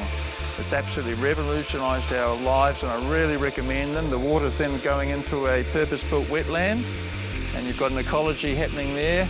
I can show you the piece here. This is the Rolls Royce. This is a really good model with really good bearings. Saying when I came here 24 years ago as a city boy, and I'd swapped my house that I bought when I was 19 in Hamilton, and then the land disparity values meant that I had this 400 acres, I had this river, I was here by myself, I didn't have a partner then, I was like, but I was ecstatic. I remember being on the stretch of river and just whooping for joy that I was in nature and I could have this place, not personally, but be a part of it. Life on the rock shows us how healthy our ecosystem is. It's a very good test. When you're near a river, pick up some rocks and look underneath them. These are the buckets that are part of our toilet system. What you've got there is shit. Yeah, this is what it becomes. With the sawdust organic matter, this is already nearly done, isn't it? Looks like proper soil. Yeah. And there's no smell. All the paper's gone, there's no smell. I mean, if you want, I'll hold it with my hand, you know, it's just like full of worms. I also decided to visit a lady called Daring Donna, who has introduced a very interesting gift economy initiative. We have created this amazing project called the Earth House, which we have been running now for a year.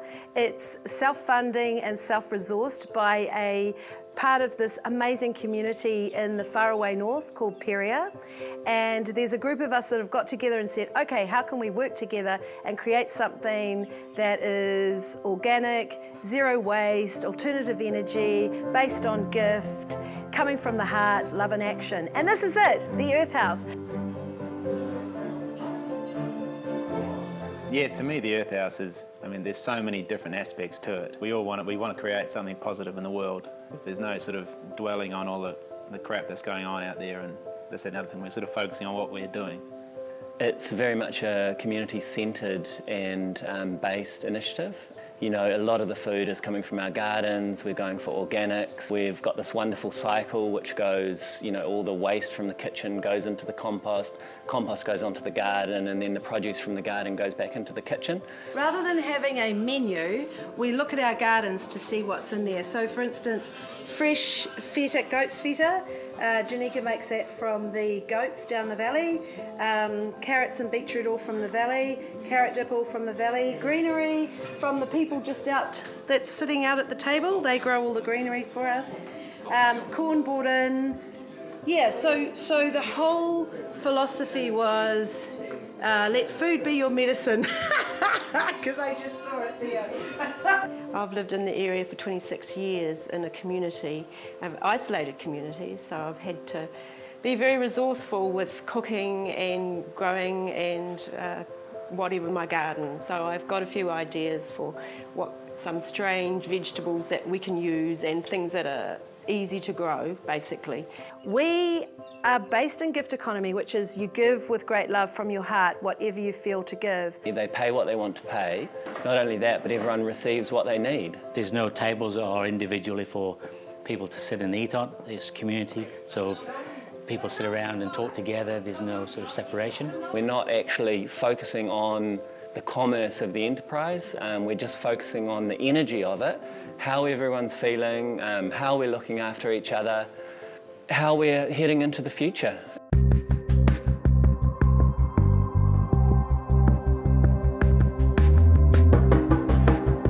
thought it was amazing to see all these projects, you know, to visit this small community here in Northland, New Zealand. I realized that it takes all sorts of people, basically. You know, some people are really drawn to being in the middle of nowhere, like up here.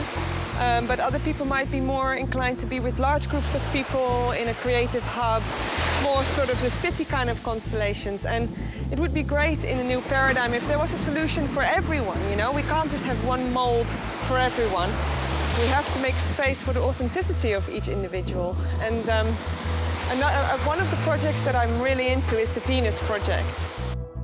How long will it take to build these cities? I would say it would take about approximately 10 years to change the surface of the Earth with multiple jigs and giant machines, not bricklayers, plasterers, high-tech systems, about 10 years.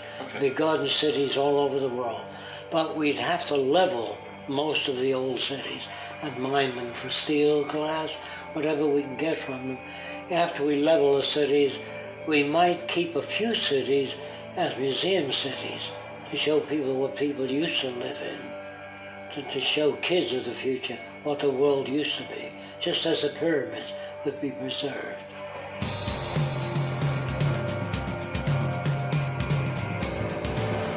This is inside the new city. You see it around?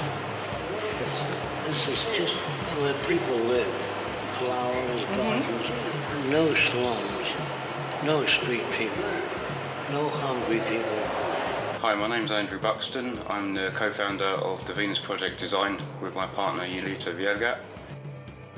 We started working for the Venus Projekt 2 years ago to help them develop the physical models that Jack has done throughout his life with Roxanne into 3D CGI for use in future films and media. We're also building up a global database of scientists and technicians, engineers, architects, etc., which we intend to use at a later date if any countries or if there's a global move towards a resource-based economy, that we'd be in a position to be able to help build teams globally to begin the design of the first cities.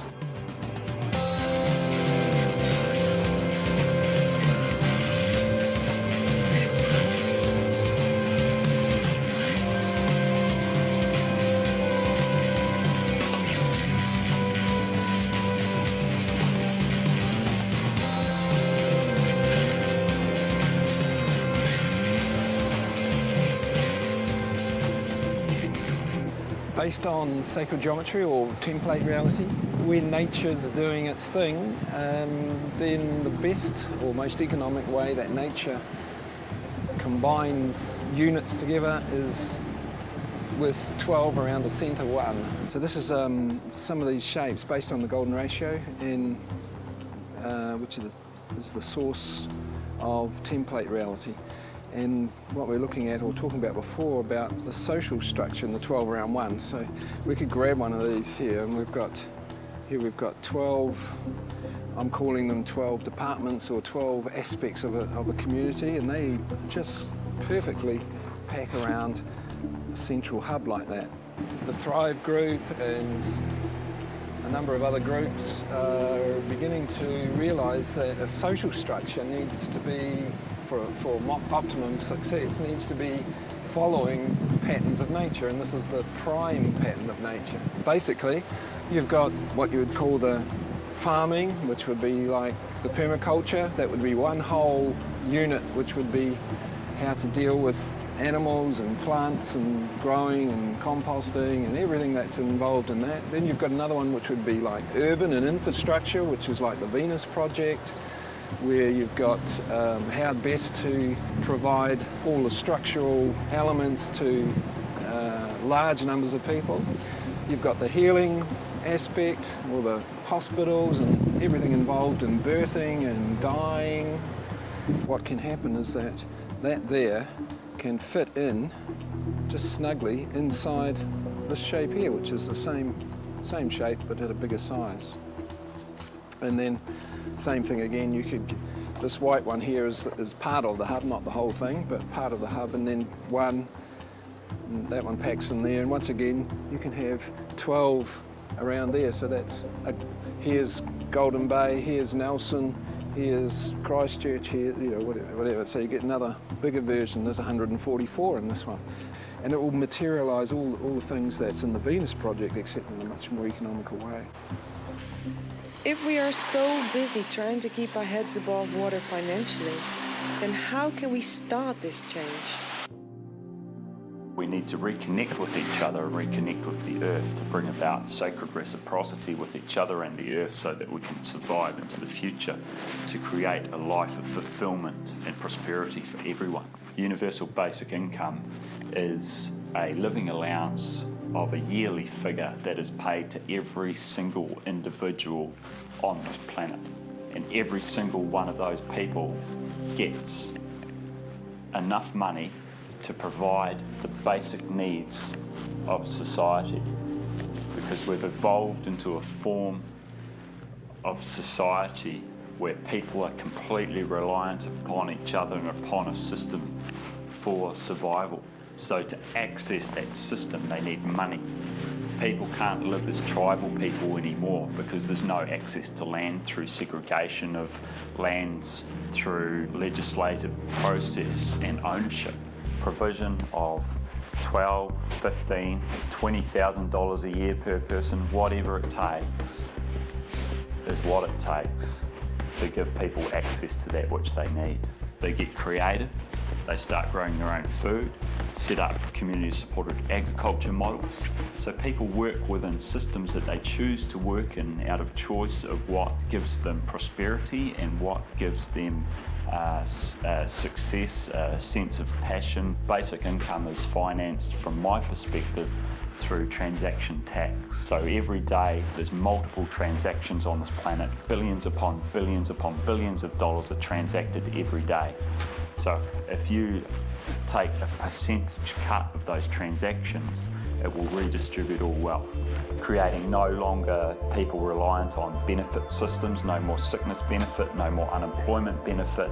If you bring social systems in where people are treated fairly and equally, they will then care for their environment more, and then the economy will boom. I believe you're working hard for what you earn. If you work hard, then you get more, but everyone should have a baseline. I think it'll be a good idea. Totally a scarce resource because it comes off a printing press. Make as much as you want and give it away. They need to, because otherwise we're going to have all the problems that we have now, aren't we? I would support that. No, wouldn't like that. I think that could be something that we should think about more. It needs a lot of thought how this can be implemented, but I think it's worth to think about it.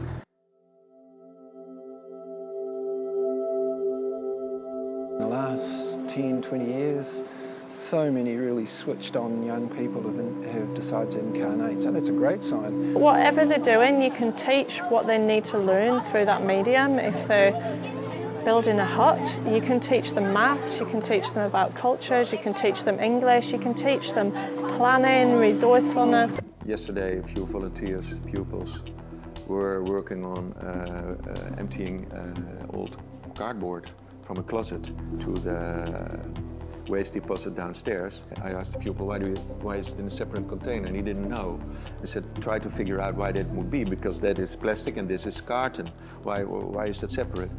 Yeah, recycling maybe. And then I said, okay, can you make a presentation? And he said, I have an iPad. So he started working on a Prezi, and there was some spelling mistakes in it. So he sat and I admired the Prezi and corrected the spelling mistakes.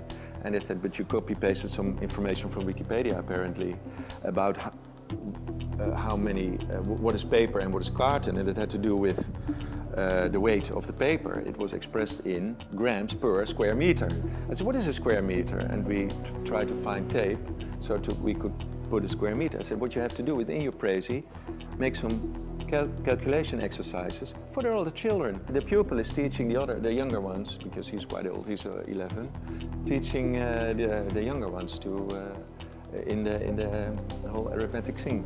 If they're learning about those things in that way, then those things are meaningful. Whereas if they're sitting in the classroom and they're going 1 + 1 is 2, da da da. Look how parents teach their children, or teach their children, help their children master the world and imitate and copy that behavior much more than, okay, we don't wear shoes in here, so they slide through these nice long corridors. I say, first, I say to them, maybe that's nice to show on the game day, because apparently you're good at breakdancing, so start working on it. B, if somebody comes out, how would you react if you would collide? But if a child is running to his classroom, I'm glad. And it would be great if, as part of the new paradigm education for children, that in maths lessons, or physics lessons, they are starting to play with these kind of things, really. This is my own personal goal, is to that's why I'm building these, is to get them into the local school system somehow. I'm going to say something very, very radical here. And I'm going to speak it out, how it is true for me. One of my things I do is I get seed banks into schools. I have children become kaitiaki or caretakers of the seeds for their future generations, and there's a reason for that.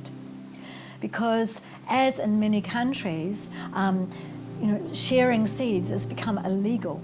Perhaps sharing and selling open pollinated seeds is illegal.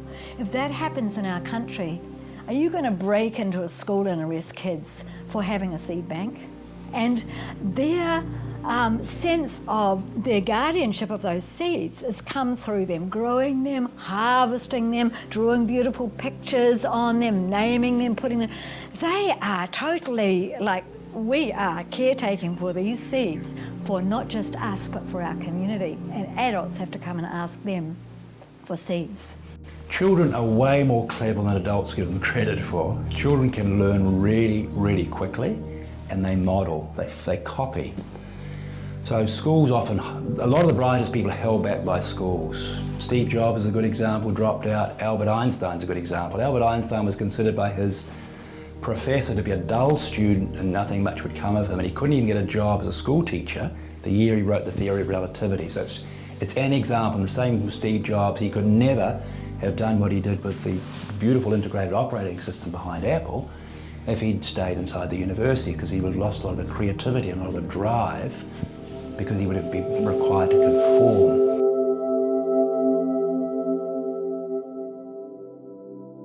A bunch of templates, a bunch of blueprints, and everything else, including all the dimensions, all the consciousness, all the emotional realms, all the mental realms, everything is all constructed on these templates. So the universe is really a thought. Who did that? Well, that's the big question, where you put the question mark. You have collectors of consciousness, so humanity is a collective of consciousness. Eventually, humanity becomes what ends up being humanity, becomes a unified humanity. And that unified humanity joins together with other unified collectives. I'll use a famous term by the Ra channeling source, law of Run. A soul memory complex is the way they term a whole society that's unified. So then you join with another whole society which is unified from somewhere else, and then you join together as collectives of them. And the creative potential of those is beyond any person's imagination, but eventually you create larger and larger, longer lasting scenarios. We're divine beings in physical manifestation. I believe this being Satan, I've mentioned. Where does that word come from? Satan is an anagram of Sanat. Sanat Kumara. He's the oldest firstborn son of Brahma. This comes from the ancient Vedic knowledge. And Sananda Kumara is the secondborn. And if you fit that with the Judaic idea, Lucifer is the firstborn, Michael is the secondborn. It's the same story of the two brothers, the elder brother and the younger brother. So I believe that they create the spectrum of duality in which we grow and learn. We're tempted to be good by Michael, by Jesus. We're tempted to be bad by Lucifer, by Jehovah. And you know, neither one is good nor bad. It's like in Bali, they have the checkered white and black flag. Good and evil are a duality for learning, for progress. In the perverse occult belief system of those who think they're the rightful rulers of the planet, they do actually have to tell us what they're going to do. It doesn't mean to say they put it on the front page of the most sort of popular red top paper, but it means that somewhere out there, the script has to be available. And then it's up to the individuals whether or not they go seek it out. Wow, so it's to do almost with this free will thing. Yes. And that's what a gift. I like that. Oh, wow. Both shoulders. Wow. Part of the game here on planet Earth is free will, free choice. Yes. So they cannot push it upon us. We have to have known it before they do it, and then have consented by not stopping it. So the three most powerful tools that these entities have are all in our control. That is our apathy, our abdication, and our willful ignorance, cognitive dissonance. And in their belief system, the most powerful tool there is abdication, because abdication means that we've got a pretty good idea what it is they're going to do, and we choose, even though we know, to ignore it. Humanity is the hare sleeping under the tree, and the New World Order, or the conspiracy, if you want to call it, and the psychopath, the scumbags, are the tortoise, and they're nearly at the finish line. They've almost got everything that they need in order to dominate humanity forever in an irresistible global dictatorship. We've got all the mass surveillance, we've got all of that. I think it's wrong of any politician to take away the public's seat at the table of government and say, you'll simply have to trust us. And you know what? It's not in the public interest to know about these programs. Humanity's only just waking up under the tree and thinking, oh my God, I've better get a run on because that tortoise is going to reach the finish line. That's where we're at right now. We're really, really far behind, but we're moving really, really quickly. The New World Order is really far ahead, but their progress is slow, and their progress is getting slower and slower. They're having a tough time right now, the people who want to dumb us down and control and kill us. It's not going according to plan. You either have constructive wave interference or destructive wave interference. So destructive wave interference cancels itself out. Scenario, 4 bank robbers combine their forces to go in and rob the bank, and they achieve their what they want to do by combining their forces to do that. They get out of the bank, each has got their own agenda to shoot the other and take all the money. It's just how they work and how they think. So that's destructive interference. It cancels itself out. There's no need to even pay attention to it. It's going to cancel itself out. We have the Julian Assanges and Edward Snowdens of this world coming out and revealing government documents, and people really like that kind of thing because it has tangibility. There's an actual document. This actually happened. It's not somebody's theory, this is real. And they have admitted absolutely everything that they're doing in this document. So therefore, it's really going on, and only somebody who refuses to believe it will be able to deny it. And it's that simple refusal to believe something that is really challenging to your current worldview and perception, that's called cognitive dissonance. I view my job as a journalist to hold accountable and to provide a check on those who wield the greatest power. And the way that that is done, in my view, most properly is by scrutinizing and investigating the claims that government officials make rather than just mindlessly and uncritically repeating them. If you want to mindlessly and uncritically repeat government claims, you should go work for the government as a government spokesperson. Those who think they're the rightful rulers know that humanity is actually evolving this capability and this capacity to extend their thought process beyond the matrix. So it's gone out of hand. The experiment Yes. that started grew and grew and grew. We've multiplied richly, and now we're evolving to a point that we're starting to remember who we actually are. So then the next step is those that think they're the rightful rulers are doing something to stop this. Well, they've been doing it for quite some time, but they've certainly accelerated the agenda greatly in the last 100+ years. People are waking up. The power of consciousness is huge. As soon as people realize that they have the power, then the rollback begins, and it has already begun. There's a huge pushback going all over the place in every possible dimension, and this is really exciting stuff. This is exciting. Yeah, I know. The unfolding universe is a real-time, self-consciously developing something or other, and so it wants to further that progress, so it creates fractal versions of itself, smaller ones, realizing that those versions of itself eventually form together in groups, and the potential that those groups can then put into practice is as yet unknown, and that creates more beauty, and so it goes on. So at some point in the past on these different planets and these different solar systems, there came a moment when there was an era which was like the era of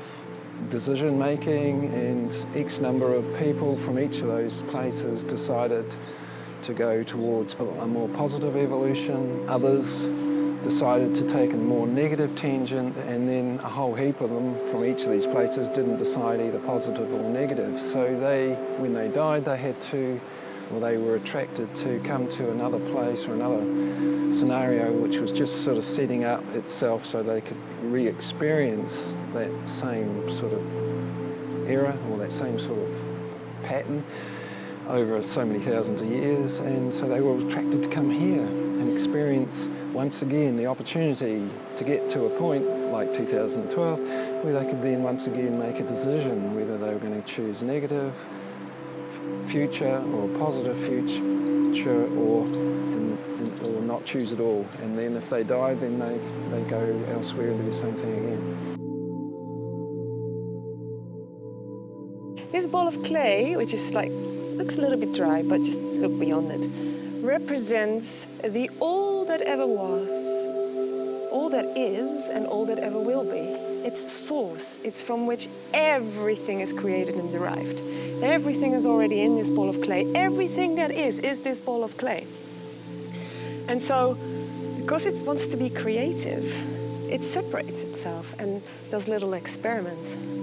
So it says, for instance, all right, I'm going to play God, so I'm going to separate myself from this ball of clay. I'm going to make myself into a god, all right? And, all right, that's cool. I'm going to separate myself from this source energy, and I'm going to be playing human with a bunch of others, okay? And so the role play we're going to do is worship. We've got God here. Doesn't he look awesome? And here we've got a human, all right? And we need a setting to play this on. So we're gonna like create a little ball and we're gonna call it Planet Earth, yeah? So the game is that you're gonna live on this earth and you're gonna worship me, yeah? Okay, cool, let's do that. And the other thing that we'll do is we will make sure that we want to remember. And the fun part of it is that not only do we experience this whole experience, but we have to go back to remembering slowly. That's what we're going to be doing. Okay, cool. So these humans, there's heaps of them, go to planet Earth and they start experimenting with the feeling of worshipping, okay? And this God says, okay, I'm going to start feeling what it's like to be worshipped. And let's see what I can do with all the powers that I have. And so this goes on for quite a few thousands of years, and quite a lot of these humans remember. Quite a lot of them, it's been way too long to remember. They don't remember, they don't know anything anymore. They just walk through the planet and do their thing. Anyway, there comes a point where those that have remembered will go home, they go back to the ball of clay, and those that haven't remembered might one day remember and go back to the ball of clay. Anyway, there's an end to everything, right? Nothing lasts forever. So, God goes home, and little human goes home. And so they all merge again with the ball of clay. There comes a point where a new experiment is going to be done. I mean, there's always thousands and millions of experiments being done from the one source, where this little piece says, now I am going to play God. Now I want to know what it's like to play God. And another piece comes out and says, now I'm going to know this, all of us, we're going to be humans now. Now, what's so interesting is that the one that was playing God before, its essence is also in this new experiment. So this is the new human. Beautiful, like.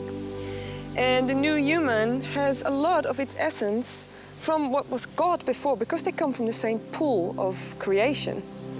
And the one that's playing God now is actually has the essence of a lot of the humans that had gone back to the ball of clay. So at the end of the day, we are all from the same source. That means that God is God, but it means you are God too. That means planet Earth is God. It means you are God. It means I am God. It means the grass is God. The tree is, everything that you can see around you.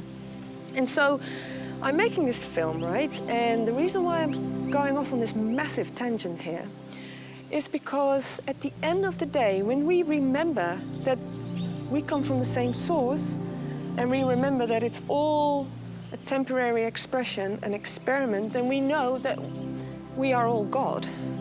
And that's really hard for a lot of people to realize. It's so hard, in fact, that we kind of don't want to know. Because if we're God, it means we have to start taking responsibility for what we do, for our thoughts, our actions. And Do we really want to do that? No, it's been thousands of years that I've been playing this part of the victim and the worshipper. There's no way I'm going to give it up, you know? But maybe the suffering becomes so bad at one point that you say, okay, I'm so used to this suffering. It's been so many thousands of years that I've done this. I'm over it. I want to know what it's like to not suffer and to be empowered and to understand that I am a creative little God expressed right now here. And that journey from that suffering place to this empowered place is quite a hard journey. And it seems that on planet Earth, this is what we're going through right now. People are waking up and people are knowing and realizing they have to start to take responsibility for their thoughts. You know, I can no longer blame you, and you for everything that's happening to me. No, I am able to create my own reality. And that's why I'm sharing this with you. I'm sharing this because I want us to be empowered again. And whether you choose to or not, that's fine. But my wish is that we may come back to this realization of who we are and eventually go back to source. Ask a question and know that it will be answered. You know, but you have to release. You can't just say, well, hang on, here's the question. Well, give me the answer, I want it right now. You have to ask the question and then just let it go. We're at a point of conscious evolution at a level never been seen before. You know, we are in a unique period right now. It's almost like the evolutionary process has accelerated exponentially in the last few years. The frequency of the Earth itself and the solar system, but the Earth itself is moving to a higher frequency. And those that are attracted here from now on have to have a higher frequency than those that could come here before.